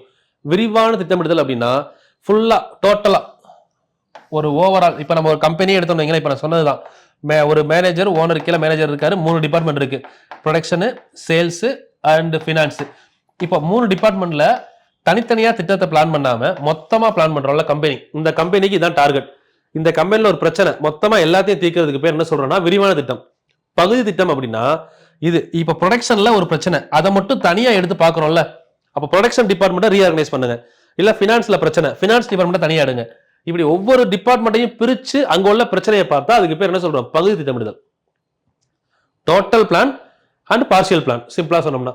விரிவான திட்டம்னா வைட் ரேஞ்ச் பிளானிங் சொல்லலாம், இல்ல பார்ஷியல் பிளான், பகுதி திட்டமிடுதல் சொல்லலாம். அனைத்து பொருளாதார சிக்கல்களையும் தீர்ப்பதற்கான திட்டமிடுதல் விரைவான திட்டமிடுதல் ஆகும். ஒரு சில துறைகளுக்கு மட்டுமே இலக்கு நிர்ணயம் செய்து அதை அடைய திட்டமிடுவது என்ன சொல்றாங்க, பகுதி திட்டமிடுதல், பார்ஷியல் பிளானிங் அப்படின்னு சொல்றாங்க. ஸோ இப்போ இதுல வந்து பாத்தீங்கன்னா முக்கியமா 3 டைப் இருக்கு. நமக்கு எக்ஸாம் பாயிண்ட் ஆஃப் வியூல கேட்கறதுல நீண்ட கால திட்டம், குறுகிய கால திட்டம், இன்னொன்று நடுத்தர கால திட்டம். குறுகிய கால திட்டம்னா ஷார்ட் டேர்ம் பிளானிங், 1 வருஷம் பிளானிங். குறுகிய கால திட்டமிடுதல் 1 ஆண்டு தான், ஒரே 1 வருஷம் சரிங்களா. இதுக்கு பேர் 1 ஆண்டு திட்டம் சொல்லுவாங்க. குறுகிய கால திட்டத்துக்கு இன்னொரு பேரு 1 ஆண்டு திட்டம் சரிங்களா. இது குறுகிய கால திட்டமிடுதல் ஆண்டு வரை ஒரு காலப்பகுதியாக கருதப்படுகிறது. 1 ஆண்டு தான் ஒரு காலப்பகுதியாக கருதப்படுது. இதுக்கு இன்னொரு பேர் வந்து பாருங்க செயல்பாட்டு திட்டம். இது ரொம்ப ரொம்ப முக்கியம். செயல்பாட்டு திட்டம் அப்படின்னு அழைக்கப்படுறது. ஏன்னா எல்லா திட்டத்துக்கும் பேர் இருக்கு. இந்த மோனாட் திட்டம்னு ஒன்று பார்த்தோம் சரிங்களா, நமது திட்டமே நமது நோக்கம், அது ஒன்று பார்த்தோம். செயல்பாட்டு திட்டம் வந்து பாத்தீங்கன்னா குறுகிய திட்டத்துக்கு இன்னொரு பேரு. இப்போ இத நம்ம குறுகிய கால திட்டத்துக்கு மேல பார்த்து டேட்டா என்ன சொல்லியிருக்காங்க அதை எடுத்து இந்த பாக்ஸ்ல எழுதிக்கோங்க, பாக்ஸ் போட்டுக்கோங்க. அந்த பாக்ஸ்ல குறுகிய கால திட்டத்துக்கு என்ன பார்த்தோம், இப்போ செயல்பாட்டு திட்டம் பார்த்தோமா, அது கூட ஆண்டு திட்டம், கட்டுப்படுத்தும் திட்டம், இது எல்லாமே அதோட பேரு நோட் பண்ணிக்கலாம். குறுகிய கால திட்டம், ஆண்டு திட்டம், கட்டுப்படுத்தும் திட்டம், செயல்பாட்டு திட்டம், வருஷம் 1 வருஷம், இது ஒரு டேபிள், அவ்வளவுதான். இது வந்து குறுகிய கால திட்டம் முடிஞ்சது. அடுத்து நடுத்தர கால திட்டம். நடுத்தர கால திட்டம் அப்படின்னா 3ல இருந்து 7 வருஷம். நடுத்தர காலம் அப்படின்னா 3ல இருந்து 7 வருஷம் வரை கூடிய திட்டம் தான் நடுத்தர கால திட்டம் அப்படின்னு சொல்றாங்க சரிங்களா. பொதுவாக 5 ஆண்டு திட்டங்கள் இருக்கு இல்லைங்களா, நம்ம செயல்படுத்துற 5 ஆண்டு திட்டம், நம்ம இப்ப ஆட்சி வந்து 5 வருஷம் இருக்காங்களா, இது எல்லாமே மீடியம் டேர்ம் பிளானிங் திட்டங்களாகவே செயல்படுத்தப்படுகின்றன. நிதி மட்டுமல்லாமல் கட்டமைப்பு வளங்களும் ஒதுக்கீடு செய்யப்படுகின்றன. ஸோ இவ்வளவுதான் பாயிண்ட் இதுல சரிங்களா. இது என்ன சொல்றோம் அப்படின்னா குறுகிய கால திட்டம் 1 வருஷம், நடுத்தர கால திட்டம் 3ல இருந்து 7 வருஷம், அது 3 வருஷமா இருந்தாலும் சரி, அப் டு 7 வருஷமா இருந்தாலும் சரி, இன்பிட்வீன் 3 to 7 5 வருஷமா இருந்தாலும் சரி சரிங்களா. இப்ப அதுக்கு மற்ற பெயர்கள் என்ன, அது கீழே எழுதிக்கோங்க. அடுத்த பாயிண்ட், நடுத்தர கால திட்டமிடுதல் 5 ஆண்டுகளுக்கு மேல் ஒரு காலப்பகுதியாக கருதப்படுகிறதுன்னு சொல்றாங்க. ஏன்னா நம்மளோட பிளான் 5 இயர் பிளான் இருக்கிறதுனால. அதுக்கு இன்னொரு பேர் பாருங்க, தந்திரமான திட்டமிடுதல். இது நம்ம எப்படி எடுத்துக்கலாம், இப்ப நம்மளுடைய அரசியல் ஆட்சிக்கு வரப்ப என்ன சொல்லுவாங்க, இன்னும் 2 வருஷத்துல இதை பண்ணிடுறோம், ஆட்சிக்கு வந்த உடனே இதை பண்ணிடுறோம்னு சொல்றாங்க. ஆனா அது உடனே பண்றாங்களா? இப்ப 2026 எலெக்ஷன் வருது. இப்ப நிறைய பேர் வந்து பாத்தீங்கன்னா என்ன சொல்லுவாங்க, 2026 ஆட்சிக்கு வந்த உடனே 27 ரோடு போடுறோம், வீடு கட்டுறோம், நிறைய சொல்லுவாங்க, எஜுகேஷன் லோனை தள்ளுபடி பண்றோம். இந்த பிளான் எல்லாம் 2026 சொல்றாங்க. அவங்க 26லயே பண்ணுவாங்களான்னு தெரியாது நமக்கு. 26ல பண்ணலாம், 27ல பண்ணலாம், 28ல பண்ணலாம், 29ல பண்ணலாம், இல்ல 30ல பண்ணலாம், இல்ல அடுத்த எலெக்ஷன் 31 எண்ட்ல கூட நினைச்சா பண்ணலாம். சரிங்களா? அந்த திட்டம் தான் என்ன சொல்றாங்க, தந்திரமான திட்டம். நான் இப்ப பண்ணுவேன்னு கிடையாது, என் ஆட்சியில பண்றேன் அப்படிதான் சொல்றாங்க. அப்ப நான் உடனே பண்ணித்தரேன்னு சொல்லல. புரியுதுங்களா? அப்ப இந்த திட்டத்தை என்ன சொல்றோம், தந்திரமான திட்டம்னு சொல்றோம். ஒரு எக்ஸாம்பிளுக்கு சொல்றேன், வேற ஒண்ணும் இல்ல. தந்திரம்னா 5 வருஷத்துக்குள்ள எப்பனாலும் பண்ணலாம், அது முடிகிறப்ப கூட பண்ணலாம், அடுத்த எலெக்ஷன் வரும்போது பண்ணிட்டு அதை வச்சு அடுத்த ஓட் பேங்கிங் ரெடி பண்ணலாம். இதுக்கு பேர் தந்திரம், தந்திரமான திட்டமிடுதல். சரிங்களா? அடுத்து வந்து பாத்தீங்கன்னா நீண்ட காலம். நீண்ட காலம் அப்படின்னா 10 ஆண்டுக்கு மேல், 10 வருஷத்துக்கு மேல இருக்கிறது நீண்ட கால திட்டம். இதுல வந்து பாத்தீங்கன்னா 10 ஆண்டுகளுக்கு மேல் ஒரு காலப்பகுதியாக கருதப்படுகிறது. ஒரு காலம், இவங்களோட காலம்ன்றது 10 வருஷத்துக்கு மேல. இதுக்கு பேரு வியூக திட்டம். அசம்ஷன் தான், வேற ஒண்ணும் இல்ல. வியூகம், வியூகம்னா அசம்ஷன். இதை வந்து பாத்தீங்கன்னா இது நடக்கும்னு சொல்ல முடியாது. நம்ம 2020 இந்தியா வல்லரசாகும் இவர் அப்துல் கலாம் சொல்லியிருந்தாரு. சரிங்களா? அப்போ விஷன் 2020 எல்லாம், அப்போ அதெல்லாம் என்னது, வியூகம். 10 வருஷத்துக்கு அப்புறம் நடக்கலாம் அப்படின்னு எக்ஸ்பெக்ட் பண்றோம்ல, அது வியூகம். சரிங்களா? அதெல்லாம் வியூக திட்டம். வியூக திட்டம்னா 10 வருஷத்துக்கு மேல. ஃபர்ஸ்ட் இது மூணுக்கும் டிஃபரன்ஸ் தெரிஞ்சாலே போதுமா. வியூக திட்டம் 10 ஆண்டுகளுக்கு மேல். நம்ம எக்ஸ்ட்ரா பாயிண்ட் நீங்க மேல இருக்கிறதுல வந்து எடுத்துக்கோங்க. வியூக திட்டத்துக்கு இன்னொரு பேர் சொல்லியிருக்காங்களா, முன்னோக்கு திட்டம். இந்த பாயிண்ட் முக்கியம். 10ல இருந்து 30 வருஷம் வரைக்கும் கூட இருக்கலாம். சரிங்களா? நீண்ட கால திட்டமிடுதல், இதை முன்னோக்கு திட்டம், ஃபார்வர்ட் பிளானிங் அப்படின்னு சொல்றோம். முன்னோக்கு 10 வருஷத்துல டெவலப் ஆகும் அப்படின்னு சொல்றதுதான். எக்ஸாக்டா சொல்ல முடியாது, இதை முன்னோக்கு திட்டங்கள் அப்படின்னு சொல்றாங்க. சரிங்களா?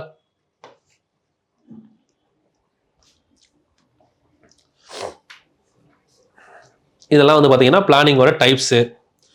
அடுத்து திட்டமிடலின் வரலாறு. இதுக்கப்புறம் இருக்க பாயிண்ட், இதுக்கு முன்னாடி நீங்க எழுதுனீங்க இல்ல ஸ்டோரி எழுதிக்கிட்டீங்கன்னா கூட ஓகே, பெருசா கொஸ்டின்ஸ் இல்ல. இப்ப நம்ம பார்க்க போற இந்த ஏரியால கொஸ்டின்ஸ் ஃபுல்லா இருக்கு. சரிங்களா? திட்டமிடுதலின் வரலாறு. இந்த திட்டமிடலின் வரலாறுல 1917 ரஷ்ய புரட்சி, இது நிறைய பாயிண்ட்ஸை உள்ள சேர்த்து கொடுத்துருக்கேன் உங்களுக்கு. இதுல வந்து பாத்தீங்கன்னா மினிமம் இந்த வருஷத்துல 2 கொஸ்டின்ஸ் இன்னைக்கு நம்ம நடத்துற இந்த திட்டமிடுதல் இருந்தே எதிர்பார்க்கலாமா? ஏன்னா 50 கொஸ்டின் அப்படின்னு சொல்றப்போ மினிமம் 20 கொஸ்டின் எக்கனாமிக்ஸ்ல இருக்கும். திட்டமிடுதல்ல குறைஞ்சது 1 கொஸ்டின் கேட்பாங்க. நான் இப்ப சொல்லக்கூடிய பாயிண்ட் சேர்த்து 2 கொஸ்டின் கேட்கலாம். ஏன் அப்படின்னா உங்களுக்கு பாலிட்டி, எக்கனாமிக்ஸ் ரெண்டுலையும் கவர் ஆகக்கூடிய ஏரியாக்கள் இதுல வருது. சரிங்களா? அதனால மினிமம் 1 or 2 எதிர்பார்க்கலாம். 1917 ரஷ்ய புரட்சி ஆல்ரெடி படிச்சிருப்பீங்க. 1928 7 திட்டம் கொண்டு வந்தவர் ரஷ்யாவோட அதிபர் ஜோசப் ஸ்டாலின். சரிங்களா? 1927 FICCI. இந்த FICCI எதுக்காக சொன்னேன் அப்படின்னா 27ல இது ஒரு அமைப்பு. இது என்ன அமைப்புனா ஒரு பொருளாதார அமைப்பு, எக்கனாமிக்கல் இன்ஸ்டிடியூஷன், ஒரு இண்டஸ்ட்ரி சம்பந்தமான ஒரு இன்ஸ்டிடியூஷன். ஸோ இதை வந்து பாத்தீங்கன்னா நமக்கு லாஸ்ட் 2023 எஸ்ஐல ஒரு கொஸ்டின், உணவு கழகங்களில் தொடர்பில்லாதது எதுன்னு கேட்டாங்க. ஃபுட் கார்பரேஷன்ல சம்மந்தம் இல்லாதது எது? நமக்கு FCI, FISSI. சரிங்களா? இதெல்லாம் வந்து பாத்தீங்கன்னா ஃபுட் கார்பரேஷன்ல வந்துடும். Food safety, food corporation of India. So அதுல கொடுத்துட்டு FICCI கொடுத்துருந்தாங்க. ஸோ இது தெரியாம நிறைய பேர் கன்ஃபியூஸ் ஆனாங்க அந்த டைம். அதனால படிக்கும்போது இதெல்லாம் தெரிஞ்சுக்கணும். FICCI என்னது அப்படின்னா federation of Indian chamber of commerce and industry. ஆக்சுவலா இது காமர்ஸ் அண்ட் இண்டஸ்ட்ரி சம்பந்தமான ஒரு அமைப்பு தான் FICCI. இது கொண்டு வரப்பட்ட ஆண்டு 1927. ஸோ இவங்களுமே வந்து பாத்தீங்கன்னா திட்டமிடுதல் பத்தின பரிந்துரை அளிச்சிருப்பாங்க. இவங்களும் 1927 உருவாக்கப்பட்ட அமைப்பு. 1928, 29 இவங்களும் பரிந்துரை பண்ணியிருப்பாங்க. திட்டமிடுதல்னா என்ன, ஒரு விஷயத்தை எப்படி பிளான் பண்ணணும், ஒரு எக்கனாமிக் இண்டஸ்ட்ரி டெவலப் பண்ணணும்னா பிளானிங் இம்பார்ட்டன்ட் அப்படின்னு சொல்லியிருப்பாங்க. சரிங்களா? 1927 இந்த அமைப்பு முக்கியம், எழுதிக்கோங்க. இது ஜிகேலையும் நமக்கு தேவைப்படும். சேம் டைம் அந்த ஃபுட் கார்பரேஷன் சம்பந்தப்பட்ட வினா வந்து சம்பந்தமே இல்லாத கொஸ்டின் அது. ஆக்சுவலா அது வந்து பாத்தீங்கன்னா நமக்கு சயின்ஸ்ல ஒரு இடத்துல வரும்.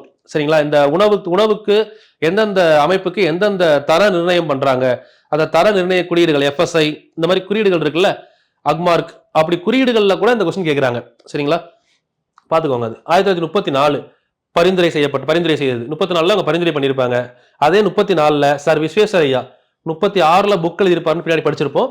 34ல வந்து பாத்தீங்கன்னா இவர் என்ன பண்ணியிருப்பாருன்னா, சார் விஸ்வேஸ்வரையா திட்டமிட்ட பொருளாதாரம், இவர் வந்து 34ல இந்தியாவின் திட்டமிடுதல் பத்தி சொல்லியிருப்பாருமா.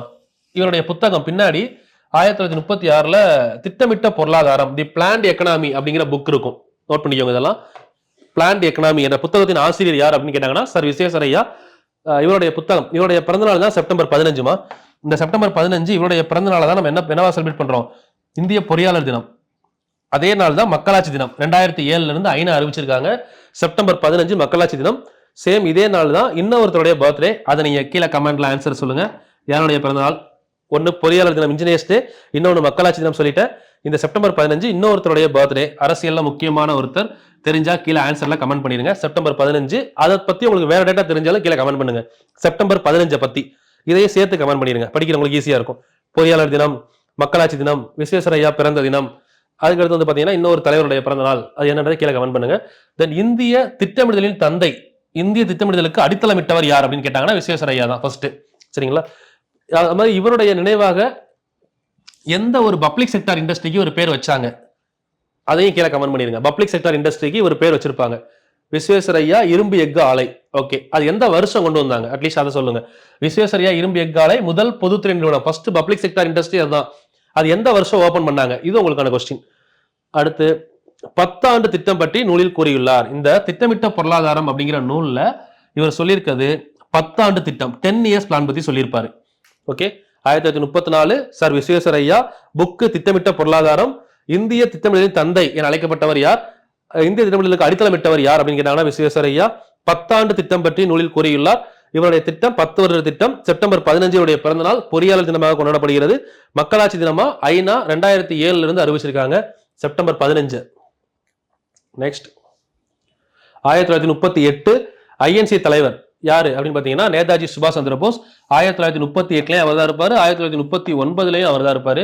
ஹரிபுரா திரிபுரா 2 செஷன், ஹரிபுரா செஷன் 38ல, 39ல திரிபுரா செஷன். இந்த ஹரிபுரா செஷன்ல நேதாஜி சுபாஷ் சந்திர போஸ் தலைவரா இருக்கும்போது அப்பவும் வந்து பாத்தீங்கன்னா அந்த டைம்ல ஜவஹர்லால் நேரு தலைமையில ஒரு திட்டக்குழு அமைக்கணும் அப்படிங்கிற பரிந்துரையை கொண்டு வருவாங்க. சோ அது நேதாஜியும் ஜவஹர்லால் நேருவும் சேர்ந்து என்ன பண்ணுவாங்க அப்படின்னா நேஷனல் பிளானிங் கமிஷன் அப்படிங்கிற ஒரு அமைப்பை உருவாக்கணும் அப்படின்னு பிளான் பண்ணியிருப்பாங்க, நேஷனல் பிளானிங் கமிஷன்.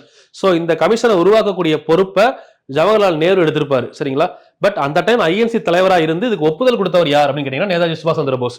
நேதாஜி சுபாஷ் சந்திர போஸ் மற்றும் நேரு நேஷனல் பிளானிங் கமிஷனை உருவாக்குனாங்க. உருவாக்கப்பட்ட ஆண்டு 1938. சோ அதுக்கான மெரிட்ஸ் டிமெரிட்ஸ் அதை பத்தி ஆலோசனை செய்யக்கூடிய ஒரு கமிஷன் கொண்டு வராங்க. சரிங்களா? அதை ஆலோசனை பண்ணி நேஷனல் பிளானிங் கமிட்டி கொண்டு வரணுமா, அதோட அட்வான்டேஜ் என்ன, அதோட டிமெரிட்ஸ் என்ன, இதை கொண்டு வந்தா மக்கள் எந்த அளவுக்கு பயனடைவாங்க, நம்ம நாடு எந்த அளவுக்கு டெவலப் ஆகும், இதை பத்தி பேசணும்னு சொல்லி ஃபர்ஸ்ட் நேதாஜியும் நேருவும் 1938 செஷன்லயே கொண்டு வந்துட்டாங்க. 2ஆம் உலகப் போர் காரணமாக கைவிடப்பட்டது. அதுக்கப்புறம் அதை பத்தி அவங்களால டிஸ்கஸ் பண்ண முடியல. 2வது உலகப் போர் காரணமாக கைவிடப்பட்டது. ஆனால் திட்டக்குழுவின் முதல் தலைவராக 1950 மார்ச் 15/3/1950 ஜவஹர்லால் நேரு தான் என்ன பண்றாரு, முதல் திட்டக்குழுவின் தலைவராக நியமிக்கப்படுகிறார். நம்ம முதல் திட்டக்குழுவின் தலைவர்னு கேட்டீங்கன்னா ஜவஹர்லால் நேரு அப்போதைய பிரதமராக இருந்தவர். மார்ச் 15 1950 படிச்சிருப்போம். பட் இதுக்கு முன்னாடியே தேசிய திட்ட ஆணையம் அமைக்கணும் அப்படின்னு சொல்லி பிளான் பண்ணது யார் அப்படின்னா நேதாஜி சுபாஷ் சந்திர போஸ் பிளஸ் நேரு. சரிங்களா? அது மாதிரி ஐஎன்சி யாருடைய, அதாவது 1938 யாரு தலைமையிலான இந்திய தேசிய காங்கிரஸ் ஒப்புதல் அளித்தது அப்படின்னு கேட்டாங்கன்னா நேதாஜி சுபாஷ் சந்திர போஸ் தலைமையிலானது. சரிங்களா? இந்த நவீன இந்தியாவின் சிற்பி என அழைக்கப்படுபவர் யார், ஜவஹர்லால் நேரு. நேருவை பத்தி அடிஷனலா ஒரு பாயிண்ட். அடுத்து 1940 பாம்பே திட்டம். 1940 பாம்பே திட்டம். சோ இதுக்கு அப்புறம் இருக்க பிளான் இருக்கு இல்லைங்களா, இது எல்லாமே 3 டைம் மேட்ச் கொஸ்டின். இப்ப 1940 பாம்பே திட்டம், மும்பையின் 8 முன்னணி தொழிலதிபர்கள் 1938 எத்தனை பேர், மும்பையின் 8 முன்னணி தொழிலதிபர்கள். சரிங்களா? பிசினஸ் மேன் சேர்ந்து கொண்டு வந்திருப்பாங்க. இது எத்தனை வருஷ திட்டம்னா 15 வருஷ திட்டம். ஆக்சுவலா இது என்ன சொல்றாங்கன்னா ஒரு இன்வெஸ்ட்மெண்ட் பிளான் அப்படின்னு சொல்றாங்க. ஆக்சுவலா என்னன்னா இந்த பாம்பே திட்டத்தை ஒரு 8 பிசினஸ் மேன் சொல்றாங்க. எதுக்காக சொல்றாங்க அப்படின்னு பாத்தீங்கன்னா ஒரு கவர்மெண்ட் ஃப்ரேம் பண்ண போறாங்க, 38 39 சொல்லியிருக்காங்க. ஸோ அப்போ அந்த கவர்மெண்ட் ஃப்ரேம் பண்றாங்க அப்படின்றப்போ அவங்களுக்கு எக்கனாமிக்கலா growth ஆகிறதுக்கு உங்களுக்கு தேவையான எல்லா இண்டஸ்ட்ரியல் சப்போர்ட்டும் நாங்க பண்றோம். யாரு, 8 பிசினஸ்மேன், டாடா பிர்லா மாதிரி ஒரு 8 பிசினஸ்மேன் பாம்பேல ரொம்ப ஃபேமஸ் ஆனவங்க. அவங்க என்ன சொல்றாங்கன்னா இந்த பிளான் எல்லாமே நாங்க பண்றோம். இதை ஏன் இன்வெஸ்ட்மெண்ட் பிளான் சொல்றாங்கன்னா அதுல வரக்கூடிய ரிட்டர்ன்ஸை நாங்க எடுத்துக்கிறோம். இப்ப இந்தியா வளர்ச்சி அடையணும், இந்தியா வளர்ச்சி அடையிறதுக்கு நீங்க பிளான் பண்றீங்க, அதுக்கான ஃபினான்ஸ் உங்கள்கிட்ட இல்ல, பிரைவேட் கம்பெனியெல்லாம் நாங்க சப்போர்ட் பண்றோம் அப்படி 8 பிசினஸ்மேன் சொல்றாங்க. ஸோ அப்போ அதுல வரக்கூடிய அமௌண்ட்டை நாங்க எடுத்துக்கிறோம். இது மாதிரி ஒரு 15 வருஷத்துக்கு இந்தியாவை கான்ட்ராக்டுக்கு எடுக்கலாமா அப்படின்னு பேசுறாங்க. அதுதான் என்ன பிளான் அப்படின்னா இன்வெஸ்ட்மெண்ட் பிளான் சொல்லுவாங்க. 15 வருட இன்வெஸ்ட்மெண்ட் பிளான். நான் இந்தியாவை கான்ட்ராக்டுக்குன்னு டைரக்டா சொல்லல, அவங்க சொல்லக்கூடிய மீனிங் அதுதான். 15 வருஷம் நான் இந்தியாவில் இதெல்லாம் டெவலப் பண்றதுக்கு நான் என்னோட காசை போட்டு உங்களுக்கு எல்லாமே டெவலப் பண்றேன் ஒரு பிசினஸ்மேன் சொல்றாரு. ஸோ அதோட வரக்கூடிய ரிட்டர்ன்ஸை நானே எடுத்துப்பேன். இது ஒரு 15 இயர்ஸ்க்கான பிளான் அப்படின்னு சொல்றாங்க. ஸோ இதை சொன்னது யார் அப்படின்னா 8 பிசினஸ்மேன் பாம்பே பிளான் அப்படின்னு சொல்லுவாங்க. 1940 ப்ரீவியஸ் இயர் கொஸ்டின். சரிங்களா? அடுத்து 44 காந்திய திட்டம். இதை சொன்னவர் யார் அப்படின்னா எஸ்.என். அகர்வால், ஸ்ரீமன் நாராயணன் அகர்வால் அப்படின்னு சொல்லுவாங்க. எஸ்.என். அகர்வால். ஸோ இவர் எதுக்கு முக்கியத்துவம் கொடுத்தார் அப்படின்னு பார்த்தீங்கன்னா வேளாண்மை மற்றும் கிராம பொருளாதாரம். அதனாலதான் இவரோட திட்டத்தை என்ன சொல்றாங்க அப்படின்னா காந்திய திட்டம் சொல்றாங்க. காந்தி இந்தியாவின் முதுகெலும்பு விவசாயம் அப்படின்னு சொல்லிடுவாரு. சரிங்களா? கிராமமும் விவசாயம் தான் இந்தியாவின் முதுகெலும்பு அப்படின்னு சொன்னவர் தான் காந்தி. அதனால அந்த கிராம பொருளாதாரத்தையும் வேளாண்மையும் முன்னேற்றுவதை நோக்கமாக கொண்ட ஸ்ரீமன் நாராயணன் அகர்வாலுடைய திட்டத்தை காந்திய திட்டம் அப்படின்னு சொல்றாங்க. சரிங்களா? சோ அதோட நோக்கம் என்ன அப்படின்னு பாத்தீங்கன்னா கிராம பொருளாதாரம், தன்னிறைவு பொருளாதாரம். தன்னிறைவு பொருளாதாரம் அப்படின்னா செல்ஃப் சஃபிஷியன்ட் எக்கனாமி, அதாவது தனக்கு தேவையானதை நிறைவு செய்த பின் மற்றவர்களுக்கு பகிர்ந்தளித்தல், அதான் தன்னிறைவு. இப்போ நமக்கு தேவையான பொருளை நம்ம உற்பத்தி பண்ணிக்கிறோம். நம்ம சாப்பாட்டுக்கு நமக்கு தேவையான பொருளை விளைவிச்சு நம்ம எடுத்ததுக்கு அப்புறம் எக்ஸ்ட்ரா இருந்தா நீங்க சேல் பண்ணுங்க அப்படின்னு சொல்றது. இதுதான் கிராம பொருளாதாரத்துல, ஊரக பொருளாதாரம்ல தன்னிறைவு பொருளாதாரம் அப்படிங்கிற ஒரு பாயிண்ட் தனியா வந்திருக்கும். இப்போ ஊரகம், கிராமம் அப்படிங்கிறது ஒரு வில்லேஜ், அந்த ஏரியாவை குடிக்கிறது. தன்னிறைவு அப்படின்னா செல்ஃப் சஃபிஷியன்ட், நமக்கு தேவையானதை எடுத்துக்கிட்டு மற்றதை வெளியே கொடுக்கலாம். நம்ம நல்லா பார்த்துக்கணும், அப்பதான் தன்னிறைவு, செல்ஃப் சஃபிஷியன்ட் எக்கனாமி. இதை சொன்னவர் யார் அப்படின்னு பாத்தீங்கன்னா காந்தி. செல்ஃப் சஃபிஷியன்ட் எக்கனாமின்ற வார்த்தை, தன்னிறைவு பொருளாதாரம், காந்தி அவரை ஃபாலோ பண்ணதுனால காந்திய திட்டம் அழைக்கப்படுது. எஸ்.என். அகர்வால் பிளான் 1944. இந்த 1945 மக்கள் திட்டம், பீப்புள் பிளான் அப்படின்னு சொல்லுவோம். எம்.என். ராய். சரிங்களா? எம்.என். ராய் பீப்புள் திட்டம். முக்கியத்துவம் எது கொடுத்தாங்க அப்படின்னா வேளாண்மை, இயந்திரமயம். ஸோ இதுல ஒரு முக்கியமான விஷயம் நல்லா புரிஞ்சுக்கணும். மிஷினரி, இயந்திரங்கள் மனித குலத்திற்கு பாவம் அப்படின்னு சொன்னவர் யாருன்னா காந்தி. இயந்திரங்கள் மனித குலத்திற்கு பாவம் அப்படின்னு சொல்லியிருப்பாரு காந்தி. அதனாலதான் காந்திக்கும் இவருக்குமே பிடிக்காது. ஏன்னா இவர் இன்ட்ரோடியூஸ் பண்ணது என்ன சொல்லுவாருன்னா இயந்திரமயமாக்குதல், ப்ரொடக்ஷனை இன்க்ரீஸ் பண்ணணும், எல்லாம் மிஷின்ஸை உள்ள கொண்டு வரணும் அப்படின்னு சொல்றாரு. சொன்னவர் யாரு? எம்.என். ராய். எம்.என். ராய் பிளான்ல எம்.என். ராய் வந்து பாத்தீங்கன்னா சீப் கம்யூனிஸ்டோட பியோனியர், இவர் முன்னோடி, கம்யூனிஸ்ட் கட்சியோட முன்னோடி. கம்யூனிஸ்ட் கட்சி ஸ்டார்ட் பண்ணப்போ ஒன் ஆஃப் தி ஃபவுண்டர் அவரு. ஸோ அவருக்கு என்ன அப்படின்னா ஒரு கட்சி ரீதியா பொது உடைமை கட்சி, அதாவது மக்களுக்கு வந்து எல்லாமே அரசாங்கம் பண்ணணும். மக்கள்கிட்ட வந்து ஒருத்தர் கையில இருந்தா அது எல்லாருக்கும் சரியா போய் சேராது. எல்லா விளைச்சலும் அரசாங்கத்திட்ட வரணும், அரசாங்கம் கொண்டு போய் மக்கள்கிட்ட சேர்க்கணும். That is called PDS. இப்ப இருக்கக்கூடிய பப்ளிக் டிஸ்ட்ரிபியூஷன் சிஸ்டம் சொல்றோம் இல்லைங்களா, ரேஷன் ஷாப், அந்த மாதிரி அந்த பிளானை அப்பவே சொல்லியிருப்பாரு. அவர் சொல்ற விஷயம் என்ன அப்படின்னா விநியோகம் பண்ணுவது அரசாங்கமாக இருக்க வேண்டும். இது முக்கியமான பிளான். எம்.என். ராய் பிளான்ல அதான் மக்கள் திட்டம் சொல்றாரு. மக்களுக்கு எல்லாத்தையும் கொண்டு போய் சேர்க்கிறது அரசாங்கமா இருக்கணும். ஆனா அவர் சொன்ன இன்னொரு கண்டிஷன் என்ன அப்படின்னா இயந்திரமயமாக்க வேண்டும். எல்லா தொழிலையும் மிஷின்ஸை இன்ட்ரோடியூஸ் பண்ணி ப்ரொடக்ஷனை இன்க்ரீஸ் பண்ணணும், உற்பத்தி அதிகப்படுத்தி அது மூலமா கிடைத்த பொருட்களை மக்கள்கிட்ட கொண்டு போய் சேர்க்கக்கூடியது யாரா இருக்கணும் அப்படின்னா அரசாங்கமாக இருக்க வேண்டும். இது யாருடைய கொள்கைன்னு பார்த்தோம்னா எம்.என். ராய். இது என்ன சொல்லுவாங்க? மக்கள் திட்டம். நம்ம மக்களாட்சின்னு சொல்ற மாதிரி மக்கள் திட்டம். அப்ப இவர் என்னவா இருந்து யோசிக்கிறார்னா ஒரு அரசாங்கமா இருந்து யோசிக்கிறாரு. பாம்பே திட்டம் ஒரு பிசினஸ் மேனா இருந்து யோசிக்கணும். சரிங்களா? காந்திய திட்டம் ஒரு வில்லேஜ்ல இருக்கக்கூடிய ஒரு ஃபார்மரா இருந்து யோசிக்கணும். ஒரு ஃபார்மர், நம்ம வீட்டுக்கு தேவையான எடுத்துட்டு மொத்தம் நம்ம யூஸ் பண்ண போறோம், அது ஃபார்மரா.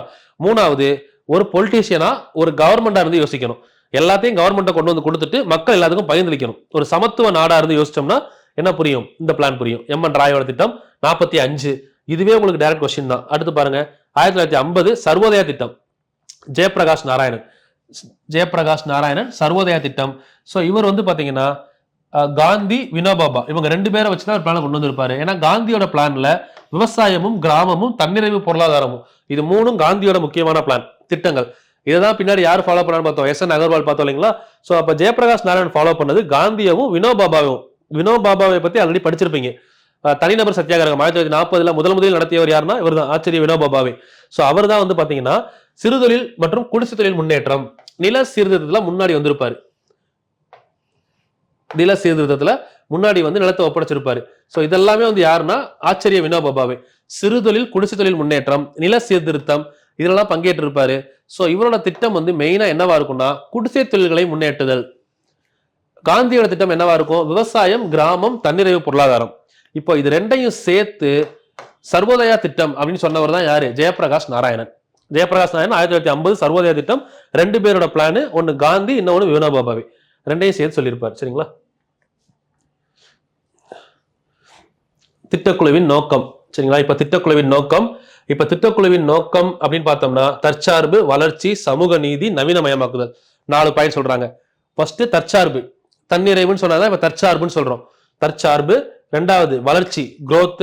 மூணாவது சோசியல் ஜஸ்டிஸ், சமூக நீதி. நாலாவது நவீனமயமாக்குதல், மாடர்னைஸ்டா கன்வெர்ட் பண்றது. ஸோ இந்த 4 தான் வந்து திட்டக்குழுவின் நோக்கமா இருந்துச்சு. நமக்கு தேவையானதெல்லாம் நம்ம உற்பத்தி பண்ணணும், தற்சார்பு. ரெண்டாவது வளர்ச்சி இருக்கணும் நாட்டுல. மூணாவது சமூக நீதி, அதாவது யாரையும் பாதிக்காம வளரணும், சமூக நீதி. நாலாவது எல்லாமே மாடர்னைஸ்டு. அது எந்த அளவுக்கு அப்டேட் ஆகுதோ அதுக்கேற்ற மாதிரி நம்மளும் அப்டேட் ஆகணும். சரிங்களா?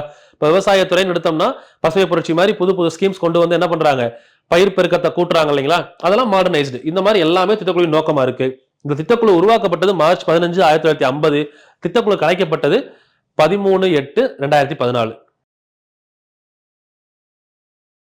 ஓகே, திட்டக்குழுவின் நோக்கங்கள் முடிச்சுட்டு இப்போ திட்டக்குழுவின் பணிகள் பார்க்கணும். இந்த திட்டக்குழுவின் பணிகள் அப்படிங்கிறத நீங்க திட்டக்குழு இப்பவே பார்க்கறத விட 5 ஆண்டு திட்டங்கள் ஃபுல்லா முடிச்சுட்டு அங்க இருக்கக்கூடிய பணிகளை ஃபுல்லா சேர்த்துட்டு ரீட் பண்ணலாம். இன்னும் கொஞ்சம் எக்ஸ்ட்ரா பாயிண்ட் கிடைக்கும். நம்ம மெயின்ஸ் கொடுக்கறதுக்கு யூஸ்ஃபுல்லா இருக்கும். நான் 5 இயர் பிளான் முடிச்சுட்டு இந்த பணிகள் பார்ப்போம். அதுக்கு முன்னாடி திட்டக்குழு என்னன்றதை முடிச்சிடலாம். திட்டக்குழுவின் பணிகள் போறதுக்கு முன்னாடி திட்டக்குழு என்ன, திட்டக்குழு எப்போ உருவாக்குனாங்க, ஒரு 4 வகையான குழுக்கள் இருக்குமா, இது ஒரு சார்ட்டா போட்டுக்கணும். இப்போ எப்படி போட்டுக்கணும் அப்படியே சார்ட் மாதிரி போட்டுக்கிட்டீங்கன்னா படிக்கிறதுக்கு ஈஸியா இருக்கும். எல்லாமே ப்ரீவியஸ் இயர் கொஸ்டின். இப்போ திட்டக்குழு இது நிதிக்குழு, இது வந்து planning commission, next finance commission, திட்டக்குழு, அடுத்து வந்து பாத்தீங்கன்னா நிதிக்குழு, அதுக்கடுத்து வந்து பாத்தீங்கன்னா என்டிசி அப்படின்னா நேஷனல் டெவலப்மெண்ட் கவுன்சில், தேசிய வளர்ச்சி குழு, லாஸ்டா வந்து நிதி ஆயோக் அப்படியே இருக்கட்டும். நிதி ஆயோக் கூட நம்ம அடுத்து பார்த்துக்கலாம் அடுத்த கிளாஸ்ல. இப்போதைக்கு நமக்கு இந்த 3 இம்பார்ட்டன்ட் டேட் பார்த்துக்கோங்க. திட்டக்குழு உருவாக்கப்பட்ட நாள் எப்போ? 15/3/1950. March 15, 1950 previous year question. நிதிக்குழு உருவாக்கப்பட்ட நாள் நவம்பர் 22, 1951. அப்படியே எழுதிக்கோங்க. Then NDC national development council 6/8/1952. இது 3மே வந்து பாத்தீங்கன்னா ப்ரீவியஸ் இயர் கொஸ்டின்மா. 6/8னா ஆகஸ்ட் 6, 1952 உருவாக்கி இருப்பாங்க. இதுல இன்னொன்னு என்ன கேட்பாங்கன்னா கான்ஸ்டிடியூஷனல் பாடி, நான் கான்ஸ்டிடியூஷனல் பாடி, அரசியல் சார்ந்தது, அரசியல் சாராதது. இன்னொன்னு வந்து பாத்தீங்க அப்படின்னா statutory body, another one is resolution, என்ன சொல்லுவாங்க, அமைச்சரவை தீர்மானம் மூலமா கொண்டு வரப்பட்டது. இந்த மாதிரி பிரிப்பாங்க. ஓகேவா? இப்போ அதை நீங்க ஜெனரலா பாத்தீங்கன்னு வைங்களேன், ஃபர்ஸ்ட் 2 வகையா இருக்கு. நான் உங்களுக்கு புரியுற மாதிரி ஷார்ட்டாவே சொல்லிடுறேன். ஒன்னு அரசியலமைப்பு சார்ந்ததுமா, பிரிச்சோம்னா கான்ஸ்டிடியூஷனல். இப்ப கான்ஸ்டிடியூஷனல் அப்படின்னா அரசியலமைப்பு சார்ந்த அமைப்பு. இன்னொரு பார்ட் வந்து பாத்தீங்கன்னா நான் கான்ஸ்டிடியூஷனல்,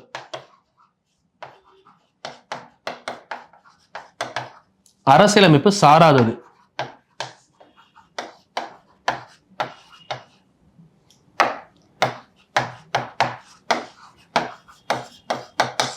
சரிங்களா? இப்போ இந்த அரசியலமைப்பு சார்ந்தது அப்படின்னா சிம்பிள் திங், நம்ம கான்ஸ்டிடியூஷன்ல இருக்கக்கூடிய part and schedule and article. இதுல ஏதோ ஒன்று நீங்க படிக்கிறப்போ உள்ள பார்த்துருப்பீங்க. அதுக்குன்னு தனியா ஒரு ஆர்டிகிள் இருக்கும். எக்ஸாம்பிள் 280 ஃபினான்ஸ் கமிஷன், நிதிக்குழு இருக்கா, ஆர்டிகிள் 324 தேர்தல் ஆணையம். இந்த மாதிரி ஒரு தெளிவான ஒரு சரத்தோட இருக்கிறது தான் கான்ஸ்டிடியூஷனல் பாடி. சிம்பிளா சொன்னோம்னா அது நம்ம அரசியலமைப்புல பார்ட்லையும் இல்ல ஆர்டிகிள்லையும் சொல்லப்பட்டிருக்கும். ஸோ அது வந்து கான்ஸ்டிடியூஷனல் பாடி. இப்போ ஆர்டிகிள் 280 நிதிக்குழுவோடு தொடர்புடையது, நிதிக்குழுவை அமைத்தல். ஸோ அப்போ 280 வரக்கூடிய நிதிக்குழு ஒரு அரசியலமைப்பு சார்ந்த உறுப்பா அப்படின்னு கேட்டா அரசியலமைப்பு சார்ந்தது. அடுத்து தேர்தல் ஆணையம் 324 அரசியலமைப்பு சார்ந்த அமைப்பு, ஷார்ட்டா சொல்லிடலாம். சரிங்களா? இதுவே அரசியலமைப்பு சாராத அமைப்பு அப்படின்னா இதுல என்ன இருக்காது, ஷார்ட்டா இப்ப பார்த்ததை சொல்லலாமா, இது எந்த ஒரு அரசியல் பார்ட்ஸ்லயும் வராது, தென் ஆர்டிகிள் இருக்காது, வித்தவுட் ஆர்டிகிள். இது எல்லாருக்கும் தெரியும். சரிங்களா? ஆர்டிகிள் இருக்காது. இது ரெண்டும் இல்லைன்னா அது அரசியலமைப்பு சாராத அமைப்பு. அப்போ கொஸ்டின் எப்படி கேட்கறாங்க அப்படின்னு பாத்தீங்கன்னா அரசியலமைப்பு சார்ந்த அமைப்புல நம்ம கேட்கிற கொஸ்டின் ஆர்டிகிள் கேட்பாங்க, இல்ல பார்ட் கேட்பாங்க, இல்ல இதை தாண்டி வேற ஏதாவது கேட்கறாங்கன்னா கான்ஸ்டிடியூஷனல் அமெண்ட்மெண்ட் கேட்பாங்கம்மா. இந்த 3 தான். 1 ஆர்டிகிள், 2 பார்ட்ஸ், 3வது கான்ஸ்டிடியூஷனல் அமெண்ட்மெண்ட். இது 3மே இந்த அரசியலமைப்பு சார்ந்த உறுப்புல கேட்பாங்க. அரசியலமைப்பு சாராத அமைப்புல என்ன கேட்பாங்க அப்படின்னு பாத்தீங்கன்னா டைரக்டா ஃபர்ஸ்ட் 1 இயர், 2வது ஆக்ட். இது 2 தான் கொஸ்டினா கேட்பாங்கம்மா. கொஸ்டின் ஏரியான்னு பார்த்தா அந்த 2 தான். ஒன்னு வந்து இயர், இன்னொன்னு ஆக்ட். சரி, இப்போ இதை எப்படி 2ஆ பிரிக்கிறாங்க அப்படின்னு பார்த்தோம்னா இதுக்குள்ள 2 இருக்கு. ஒன்னு ஸ்டாச்சுட்டரி பாடி, ஸ்டாச்சுட்டரி அப்படின்னா சட்டம் சார்ந்தது. 2வது வந்து பாத்தீங்க அப்படின்னா எக்ஸிகியூட்டிவ் ரிசொல்யூஷன் சொல்லுவோம், அதாவது நிர்வாக தீர்மானம், நிர்வாகிகள் தீர்மானம், எக்ஸிகியூட்டிவ் ரிசொல்யூஷன், அமைச்சரவை தீர்மானம். தீர்மானம் அடிப்படையில் கொண்டு வரப்பட்டது. இப்படி 2ஆ பிரிச்சுக்கலாம். சரிங்களா? அப்ப சட்டம் சார்ந்தது இருக்கு, அமைச்சரவை தீர்மானம் மூலமா கொண்டு வரப்பட்டது இருக்கு. இப்போ இதுக்கு நம்ம எக்ஸாம்பிள் என்ன சொல்லலாம் அப்படின்னா இப்போ எக்ஸாம்பிள் மனித உரிமை ஆணையம். மனித உரிமை ஆணைய சட்டம் 1993 கொண்டு வந்திருப்பாங்க இல்லைங்களா? மனித உரிமை ஆணையம் சட்டம் மூலமா கொண்டு வரப்பட்டது. 1993 தகவல் அறியும் உரிமை சட்டம், மனித உரிமை ஆணைய சட்டம், இந்த மாதிரி சட்டங்கள் போட்டு கொண்டு வராங்கல்ல, இதெல்லாம் ஸ்டாச்சுட்டரி பாடி. சரிங்களா? ஸோ இப்போ நம்ம பார்த்த நான் கான்ஸ்டிடியூஷனல் பாடியில ஸ்டாச்சுட்டரி அப்படின்றதுக்கு எக்ஸாம்பிள் மனித உரிமை ஆணையம் சொல்லலாம். இதுவே வந்து நான் ஸ்டாச்சுட்டரி, அதாவது எக்ஸிக்யூட்டிவ் ரிசொல்யூஷன், அமைச்சரவை தீர்மானம் மூலமா கொண்டு வரப்பட்டதுக்கு எக்ஸாம்பிள் நம்ம என்ன சொல்லலாம் அப்படின்னா பிளானிங் கமிஷன் சொல்லலாம், திட்டக்குழு. ரெண்டாவது என்டிசி, நேஷனல் டெவலப்மெண்ட் கவுன்சில் சொல்லலாம், என்டிசி. மூணாவது வந்து பாத்தீங்க அப்படின்னா நிதி ஆயோக். இப்போ நம்ம வச்சிருக்கோம்ல திட்டக்குழுவை கலைச்சிட்டு இப்போ புதுசாக திட்டங்கள்லாம் கொண்டு வர்றாங்க இல்லைங்களா? இதுக்கு பேர் வந்து பார்த்தீங்கன்னா நிதி Aayog, national institution for transforming India, இதோட ஃபுல் ஃபார்ம். சரிங்களா? நிதி ஆயோக். ஸோ இப்போ இந்த மூணு இவங்கெல்லாம் வந்து பார்த்தீங்கன்னா அமைச்சரவை தீர்மானம் மூலமாக கொண்டு வரப்பட்டது. அப்போ கான்ஸ்டியூஷனா நான் கான்ஸ்டியூஷனா தெரியணும். அடுத்து அதுல ஸ்டாச்சுட்டரியா எக்ஸிக்யூட்டிவ் ரிசொல்யூஷன் தெரியணும்.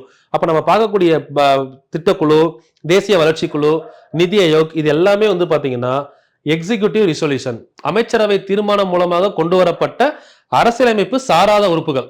இந்த கொஸ்டின் லாஸ்டா 2025 ஒரு டைம் கேட்டாங்கம்மா.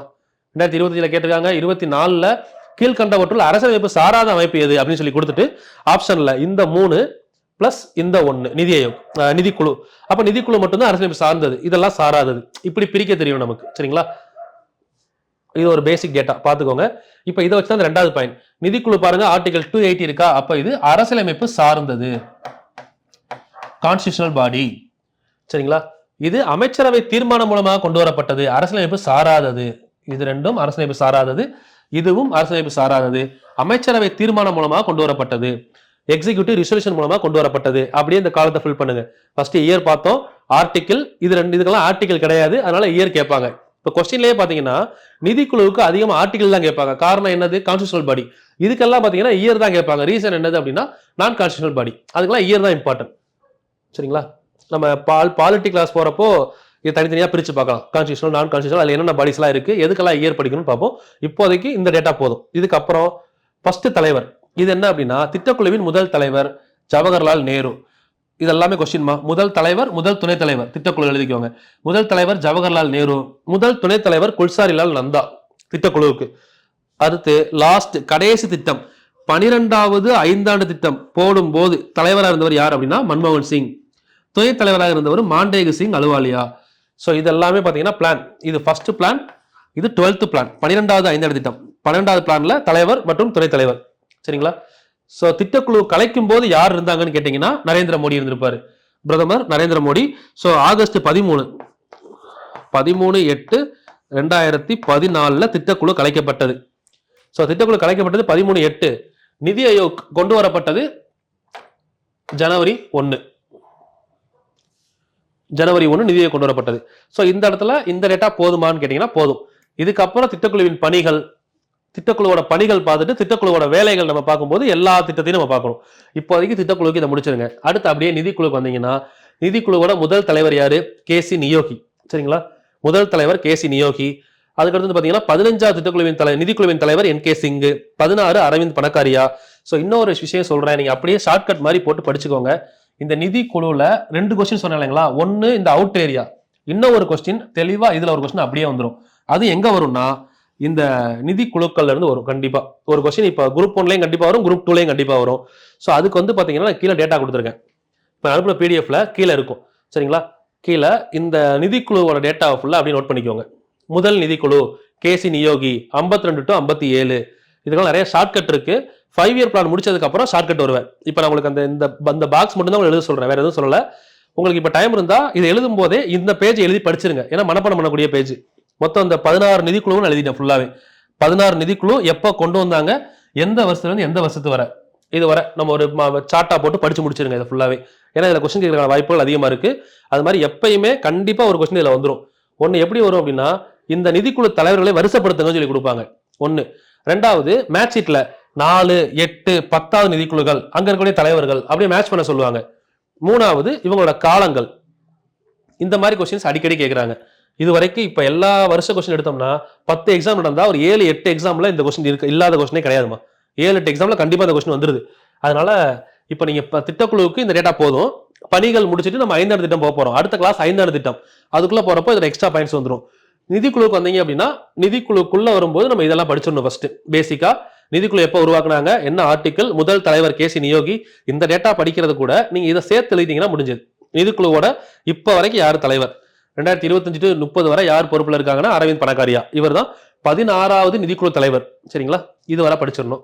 ஸோ அதுக்கப்புறம் என்டிசி வந்து சின்ன டேட்டா தான், அது பெருசாக தேவைப்படாது. என்டிசி எந்த டேட்ல உருவாக்குனாங்க, அரசியல் தீர்மானம் மூலமா உருவாக்கப்பட்டது. இங்க எல்லாருமே யார் இருப்பாங்க கேட்டீங்கன்னா பிரதமர் இருப்பாரு, எல்லா ஸ்டேட்டோட சிஎம் இருப்பாங்க. இவங்களோட வேலை என்ன அப்படின்னா நம்ம போடுற திட்டத்தை நடைமுறைப்படுத்துவது. திட்டக்குழு ஒரு திட்டம் போடுறாங்கன்னா திட்டத்தை நடைமுறைப்படுத்தக்கூடிய வேலை யாரோடது அப்படின்னா தேசிய வளர்ச்சி குழு, என்டிசி, நேஷனல் டெவலப்மெண்ட் கவுன்சிலோடது. ஸோ இது மட்டும் தான் இப்போ பார்க்க போறீங்க. இப்போ அடுத்த கிளாஸ் வரும்போது நான் அந்த திட்டக்குழுவுடைய பணிகள் இதை முடிச்சிருவேன். பணிகள், திட்டக்குழுவோட உட்பிரிவுகள், இதை முடிச்சுட்டு திட்டம் வந்துடும் ஸ்ட்ரைட்டா.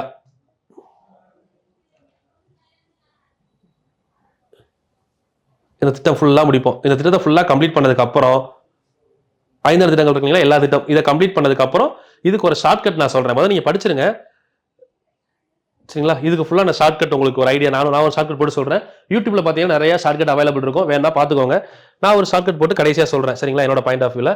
ஸோ இந்த கிளாஸ்ல ஆல்மோஸ்ட் பாதி முடிச்சிட்டோம். அடுத்த கிளாஸ் முடிகிறப்போ 5 இயர் பிளான் முடிஞ்சிடும். மேக்ஸிமம் 2 கிளாஸ்ல கம்ப்ளீட் பண்ணுவோம். 45 மினிட்ஸ் பார்த்தோம்னா 3 கிளாஸ் வரைக்கும் போகும். இப்போ 1 ஹவருக்கு மேல எடுக்கிறோம்ல, எப்படி பார்த்தாலுமே உங்களுக்கு 2 கிளாஸ்ல இந்த 5 இயர் பிளான் முடிஞ்சிடும். இப்போ 5 இயர் பிளானும் முன்னாடி ஒரு 4 வீடியோ முடிச்சோம் இல்லைங்களா, பொருளாதாரத்தின் தன்மைகள், அதையும் கம்ப்ளீட் பண்ணிட்டு நம்ம அடுத்து வந்து உங்களுக்கு ஒரு 100 கொஸ்டின் இதில் நான் கட் பண்ணி தருவேன். சரிங்களா, இதுல வந்து பாத்தீங்கன்னா எல்லா கொஸ்டினும் மிக்ஸ் ஆயிருக்கு அப்படியே கொஸ்டின் பேப்பர்ல. இதுல நம்ம இது வரைக்கும் முடிச்ச ஏரியால இருந்து என்ன தேவையோ அதை மட்டும் கட் பண்ணி ஸோ அதுல இருந்து நம்ம கொஸ்டின்ஸ் பார்க்கலாம். சரிங்களா, இப்போ ஒரு எக்ஸாம்பிள் ஒரு 5 கொஸ்டின் கூட பார்த்துருவோம். இன்னைக்கு நம்ம படிக்கிறோம் இல்லைங்களா, படிக்கிற பாட்டில் எப்படி கேட்டிருக்காங்க, இப்போ நம்மளுக்கு கேட்பாங்கன்னு சொல்லி நிறைய கொஸ்டின்ஸ் எல்லாம், அதெல்லாம் எந்தெந்த வருஷம் முன்னாடி 2019 இன்னும் கிட்ட வர பார்த்தீங்கன்னா நிறைய கொஸ்டின் நம்ம சொன்னதான் ரிப்பீட் ஆகிட்டு வருது. நான் இதை வச்சு தான் உங்களுக்கு கொஸ்டின் சொல்றேன். அது மாதிரி அடுத்து இந்த 2 முடிச்சதுக்கு அப்புறம் இதுல பாத்தீங்களா, இந்தியாவின் வறுமை ஒழிப்பின் ஒரு வெளிப்படையான நோக்கமாக கொண்டது எந்த 5 இயர் பிளான், 5வது 5 திட்டம் 5 இயர் பிளான் கொஸ்டின் நம்ம பார்க்க போறது இல்ல. அதுக்கப்புறம் பாருங்க பாப்புலேஷன் சென்சஸ், இது ஒரு கிளாஸ் முடிச்சிருவோம் 2011 பேஸ் பண்ணி. அடுத்து இப்போ 2026 அக்டோபர்ல அடுத்த பாப்புலேஷன் சென்சஸ் 16வது எடுக்க போறாங்க. எடுத்ததுக்கு அப்புறம் அதை அப்டேட் பண்ணிக்கலாம். நமக்கு எக்ஸாமுக்கு 2011 தான் வரும். ஏன்னா எல்லா கொஸ்டின் பேப்பர்லயும் பாத்தீங்கன்னா பாப்புலேஷன் சென்சஸ் இருக்கும், இல்லாத கொஸ்டினே கிடையாது, எல்லாத்துலயும் இருக்கு. சரிங்களா, பாருங்க நிதி ஆயோக் என்ன சொல்லியிருக்காங்க, நிதி ஆயோக் நடைமுறைக்கு வருவதற்கு முன்பு இருந்த அமைப்பு எது, திட்டக்குழு பார்த்தோம்ல. இப்போ சேம் எப்ப எல்லா கொஸ்டின் எடுத்து பாருங்க, ஒரு கொஸ்டின் இல்லாததே இருக்காதுமா. ஒரு வருஷம் கொஸ்டின் பேப்பர் எடுத்து பாத்தீங்கன்னா கண்டிப்பா ஒன்று இருக்கும். பிடிஎஸ், பப்ளிக் டிஸ்ட்ரிபியூஷன் சிஸ்டம், உணவு பாதுகாப்பு திட்டத்தில் உட்கருவாக இருப்பது எதுனா பப்ளிக் டிஸ்ட்ரிபியூஷன், பொது விநியோக முறை, ரேஷன் ஷாப் பார்த்தோம் இல்லைங்களா, அந்த மாதிரி. இது பாருங்க நம்ம ஆல்ரெடி பார்த்தது. ஆடம் ஸ்மித் யாரு, பொருளியலின் தந்தை. ஜேம்கின்ஸ் நவீன பொருளியலின் தந்தை. சேபாத் அப்படின்னா வார விடுமுறை, ஜூப்ளினா வருடம், ஜூப்ளி இயர்னு சொல்லுவோம்ல, ஜூப்ளி வருடம். இதெல்லாம் நீங்க அடுத்து ரீட் பண்ண வந்துடும். பாருங்க மக்கள் தொகை கணக்கெடுப்பு, ஒரு ஆண்டில் ஒரு எல்லைக்குள் உற்பத்தி செய்யக்கூடிய காரணிகள். இது நான் உங்களுக்கு டைப்ஸ் ஆஃப் எக்கனாமி சொல்லும் போது சொன்னேன். ஓப்பன் எக்கனாமி, க்ளோஸ்ட் எக்கனாமில ஜிடிபி. நம்ம இப்ப பார்த்ததுல ஒரு 2 கொஸ்டின் பார்த்துருவோம். இதுல பாத்தீங்களா, நிதி ஆயோக்கின் தலைவர் யாருன்னு கேட்கிறாங்களா, நரேந்திர மோடி. நீங்க பார்க்குற கிளாஸ் ரொம்ப ரொம்ப முக்கியமான கிளாஸ்மா, அதனால ஸ்கிப் பண்ணாம பார்த்துக்கோங்க ஃபுல்லா. நான் அதுக்கு தான் இந்த இம்பார்ட்டன்ட் கொஸ்டின்லாம் சொல்றேன் உங்களுக்கு. 5 இயர் பிளான் பற்றி தான் வந்திருக்கு எல்லாமே. பசுமை புரட்சி, அதுவும் இப்போ கிட்ட நியர்பை வந்ததுக்கப்புறம் பார்த்தீங்கன்னா நிறைய கொஸ்டின்ஸ் வந்து நம்ம அந்த நிதி ஆயோக் நிதிக்குழுல இருந்து அதிகமாக கேட்குறாங்கம்மா. இந்த பாருங்க, நிதி ஆயோக்கின் முதல் துணைத் தலைவர் யார், இந்த நிதி ஆயோக் நிதிக்குழு ஃபுல்லாக இதை பற்றி தான் கொஸ்டின்ஸ் வந்துகிட்டு இருக்கு இப்போ ரீசெண்டாக. ஓகே, பார்த்தீங்கன்னா இப்போ பாருங்க, நிதி ஆயோக்கின் பின்வரும் கூற்றுகளில் சரியான உண்மை எது உண்மையானது கேட்டிருக்காங்களா.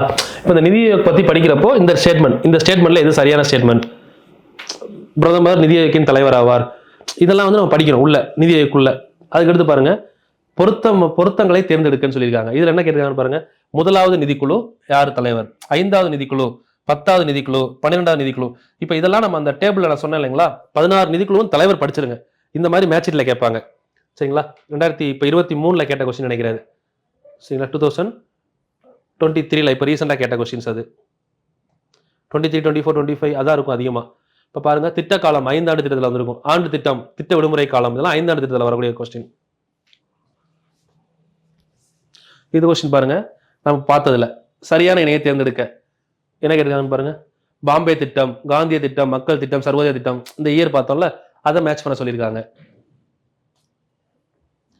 அதுக்கு அடுத்து பாருங்க, அதுலேயே பாருங்க, அந்த கொஸ்டின் பேப்பர்லயே 4ஆம் நிதிக்குழு 10, 6, 9 நிதிக்குழு தலைவர்கள். இந்த நிதிக்குழு தலைவரும் அதே மாதிரி நிதி எந்தெந்த 5 இயர் பிளானோட ஹிஸ்டரி, அந்த பிளானிங் எப்படிலாம் கொண்டு வந்தாங்க, பாம்பே திட்டம், காந்தி, அதுவும் அடிக்கடி கொஸ்டின் வந்துகிட்டே இருக்குமா. கொஸ்டின் இல்லாத டேட்டாவே இருக்காது. இப்போ ரீசன்ட் கொஸ்டின் பேப்பர் எடுத்து பார்த்தோம்னா எந்த கொஸ்டின் பேப்பர் பார்த்தாலும் வந்துடும். ஸோ இதெல்லாம் நல்ல கொஸ்டின். 2025-26 நிதி அறிக்கையில் 4 இயந்திர வகைகளை கூறுக. நான் உங்களுக்கு இந்த பட்ஜெட் அனுப்பியிருப்பேன் பாருங்க. அந்த பட்ஜெட்டில் ஃபர்ஸ்ட் பதிலே கொடுத்துருப்பாங்க பாருங்க. இயந்திரங்கள், முதல் இயந்திரம், 2வது இயந்திரம், 3வது, 4வது.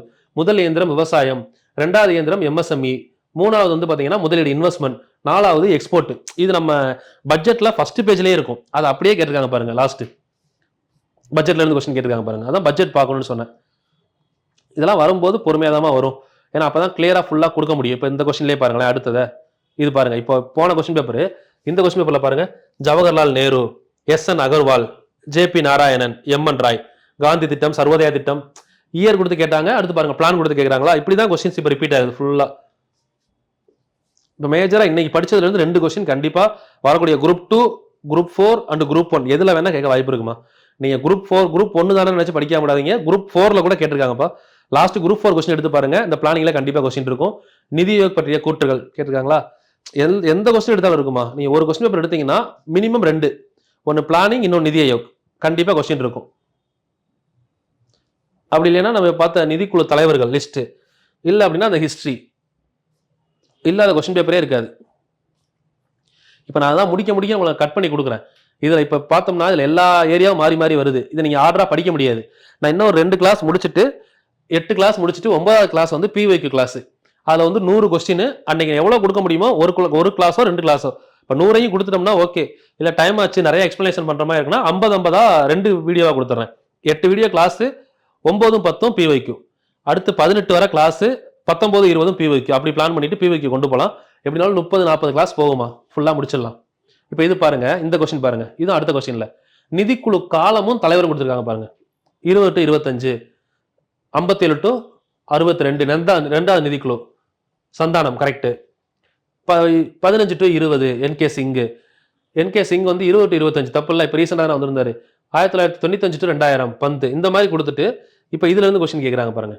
அப்போ இந்த இதுக்கு தெளிவாக நான் என்ன சொல்றேன்னா, நம்மளோட டேட்டால இந்த இயரு பிளஸ் அவங்க எப்போ எந்த காலத்தை சேர்ந்தவங்க, எந்த காலத்தில் ஒர்க் பண்ணாங்க, பிளஸ் அவங்க எத்தனாவது நிதிக்குழுவோட தலைவர்கள், இந்த 3ஐயும் பார்த்துக்கணுமா. பார்த்தோம்ல இங்க பந்த் 10வது கரெக்டாக சொல்லியிருந்தாங்களா. அதுக்கடுத்து இது பாருங்க, NK சிங் பாருங்க 2020 to 25 தான் சரிங்களா. 25 to 30னா அரவிந்த் பணக்காரியா. இதுல இருந்தா கொஸ்டின் வருது. ஒன்னா அந்த இயரும் தலைவரும் இல்ல இந்த நம்பர் ஆஃப் இது தலைவர்கள் லிஸ்ட்ல நம்பரும் தலைவரும் இதுலதான் கொஸ்டின் இருக்கு. அப்ப இது 3ஐயும் ஏதாவது ஷார்ட்கட் போட்டு படிச்சுக்கிறது பெஸ்ட். முதல்ல எழுதி மனப்பாடம் பண்ண முடியுதான்னு பாருங்க. அப்படி இல்லைன்னா அடுத்த கிளாஸ்ல ஷார்ட்கட் சொல்றேன், ஷார்ட்கட் நோட் பண்ணிக்கோங்க சரிங்களா. சரி ஓகேமா. அடுத்த வீடியோ 5 இயர் பிளான் வந்துடும் ஓகேவா. நீங்க கண்டினியூஸா படிங்கம்மா. நான் நினைச்ச மாதிரி நான் வீடியோ கொடுத்து முடிச்சிடுவேன். நீங்க எதுக்கும் ஸ்டாப் பண்ண வேணாம். காலைல மேக்ஸ் வரும், இல்லை எக்கனாமிக்ஸ் வரும், ஏதாவது ஒரு வீடியோ வந்துகிட்டே தான் இருக்கும். நான் அட்மோஸ்ட் குரூப் 1 கால்ஃபாருக்குள்ள 2 சப்ஜெக்ட் கண்டிப்பாக முடிச்சிடுவேன். Unit 6, unit 5. மற்ற சப்ஜெக்ட் எவ்வளோ ஸ்பீடாக போகிறோமோ முடிக்க பார்க்கலாம். ஏன்னா அது போக ஈவினிங் GS கிளாஸ் போய்கிட்டு இருக்கு, மார்னிங் மேக்ஸ் கிளாஸ் போகுது. ஸோ அதையும் பார்க்கணும். 2ஐயும் பேலன்ஸ் பண்ணுறப்போ எனக்கு இவ்வளோ தான் கொடுக்க முடியுது. முடிஞ்ச அளவுக்கு நான் வேகமாக கொடுக்க பார்க்குறேன். ஸோ நீங்களும் அடுத்தடுத்து முடிச்சுட்டு வெயிட் பண்ணுங்க. அன்னைக்கு போட்ட வீடியோ அன்னைக்கே பார்த்துருங்க. ஸோ நீங்கள் அன்னைக்கே பார்த்து நிறைய பேர் பார்க்குறப்போ எனக்கும் கொஞ்சம் என்கரேஜிங்காக இருக்கும். இப்போ எங்களுக்குமே வீடியோ போடும்போது டக்குன்னு ஒரு 10,000 பேர் பார்த்துட்டாங்க, 20,000 பேர் பார்க்குறாங்க, வெயிட் பண்ணுறாங்கன்றப்போ நமக்கும் அடுத்த வேலை பார்க்கணும் அப்படிங்கிற ஒரு இன்ட்ரெஸ்ட் இருக்குது. இப்போ பொங்கல் டைமில் எல்லாம் லீவில் இருந்ததுனால யார் வீடியோ கொடுக்க முடியல எதுவுமே சரிங்களா. அதனால் கொஞ்சம் புரிஞ்சுக்கோங்க, என்னோட சைடும் புரிஞ்சுக்கோங்க. நானும் ஹியூமன் தான், மனுஷன் தான், மிஷின் கிடையாது. என்னால் முடிஞ்ச வரைக்கும் உங்களுக்கு பெஸ்ட்டாக தான் கொடுத்துருவேன். ஸோ அதை தேடி கொண்டு வந்து கொடுக்குறது கொஞ்சம் டைம் ஆகுது. பட் அந்த டைமை உங்களோட ரிவிஷன் டைமை எடுத்துக்கோங்க. ரிவிஷன் ரொம்ப ரொம்ப முக்கியம். லாஸ்ட்டே சொன்னேன் உங்களுக்கு, கண்டிப்பாக எவ்வளோ தூரம் படிக்கிறோமோ அவ்வளோ தூரம் ரிவிஷன் பண்ணணும். ரிவிஷன் நல்லா பண்ணுங்க. நீங்கள் பண்ணுற ரிவிஷன் தான் எக்ஸாமில் ஞாபகம் வரும். லாஸ்ட் அந்த 1 மாதம் படிக்கிறது ஞாபகம் வருமா அப்படின்னா தெரியாது. நீங்கள் இப்போ இருந்து படிக்கிறீங்களா, இந்த விஷயங்கள்லாம் சேர்ந்து தான் நம்ம கொஸ்டின் பேப்பரில் அனலைஸ் பண்ணும்போது மைண்டில் ஞாபகம் வரும். அதனால் ஃபோக்கஸ்டாக படிங்க. எங்கேயும் டீவியேட் ஆகாமல் ஃபோக்கஸ்டாக படித்தாலே 90% நீங்கள் படித்த விஷயம் மறக்காது. நீங்கள் டீவியேஷன் இருந்தால் மட்டும்தான் மறக்கிறதுக்கு வாய்ப்பு இருக்குது. 2வது அது மறந்தாலும் ரிவிஷன் கரெக்டாக ரேபிட் ரிவிஷன் திரும்ப திரும்ப திரும்ப ரிவிஷன் பண்ணணும். இந்த ரிவிஷனும் கரெக்டாக ஃபோக்கஸும் இருந்துச்சுன்னா கன்ஃபார்மாக அந்த டைம் கிளியர் பண்ணிடலாம். எந்த ஒரு டீவியேஷனும் வேணாம், ஃபோக்கஸ்டாக படிங்க. எல்லாரும் பாஸ் பண்ணுங்க. 2027 எல்லாருமே கவர்மெண்ட் ஆஃபீஸர் ஆகிறதுக்கு வாழ்த்துக்கள்மா. Thank you, all the very best.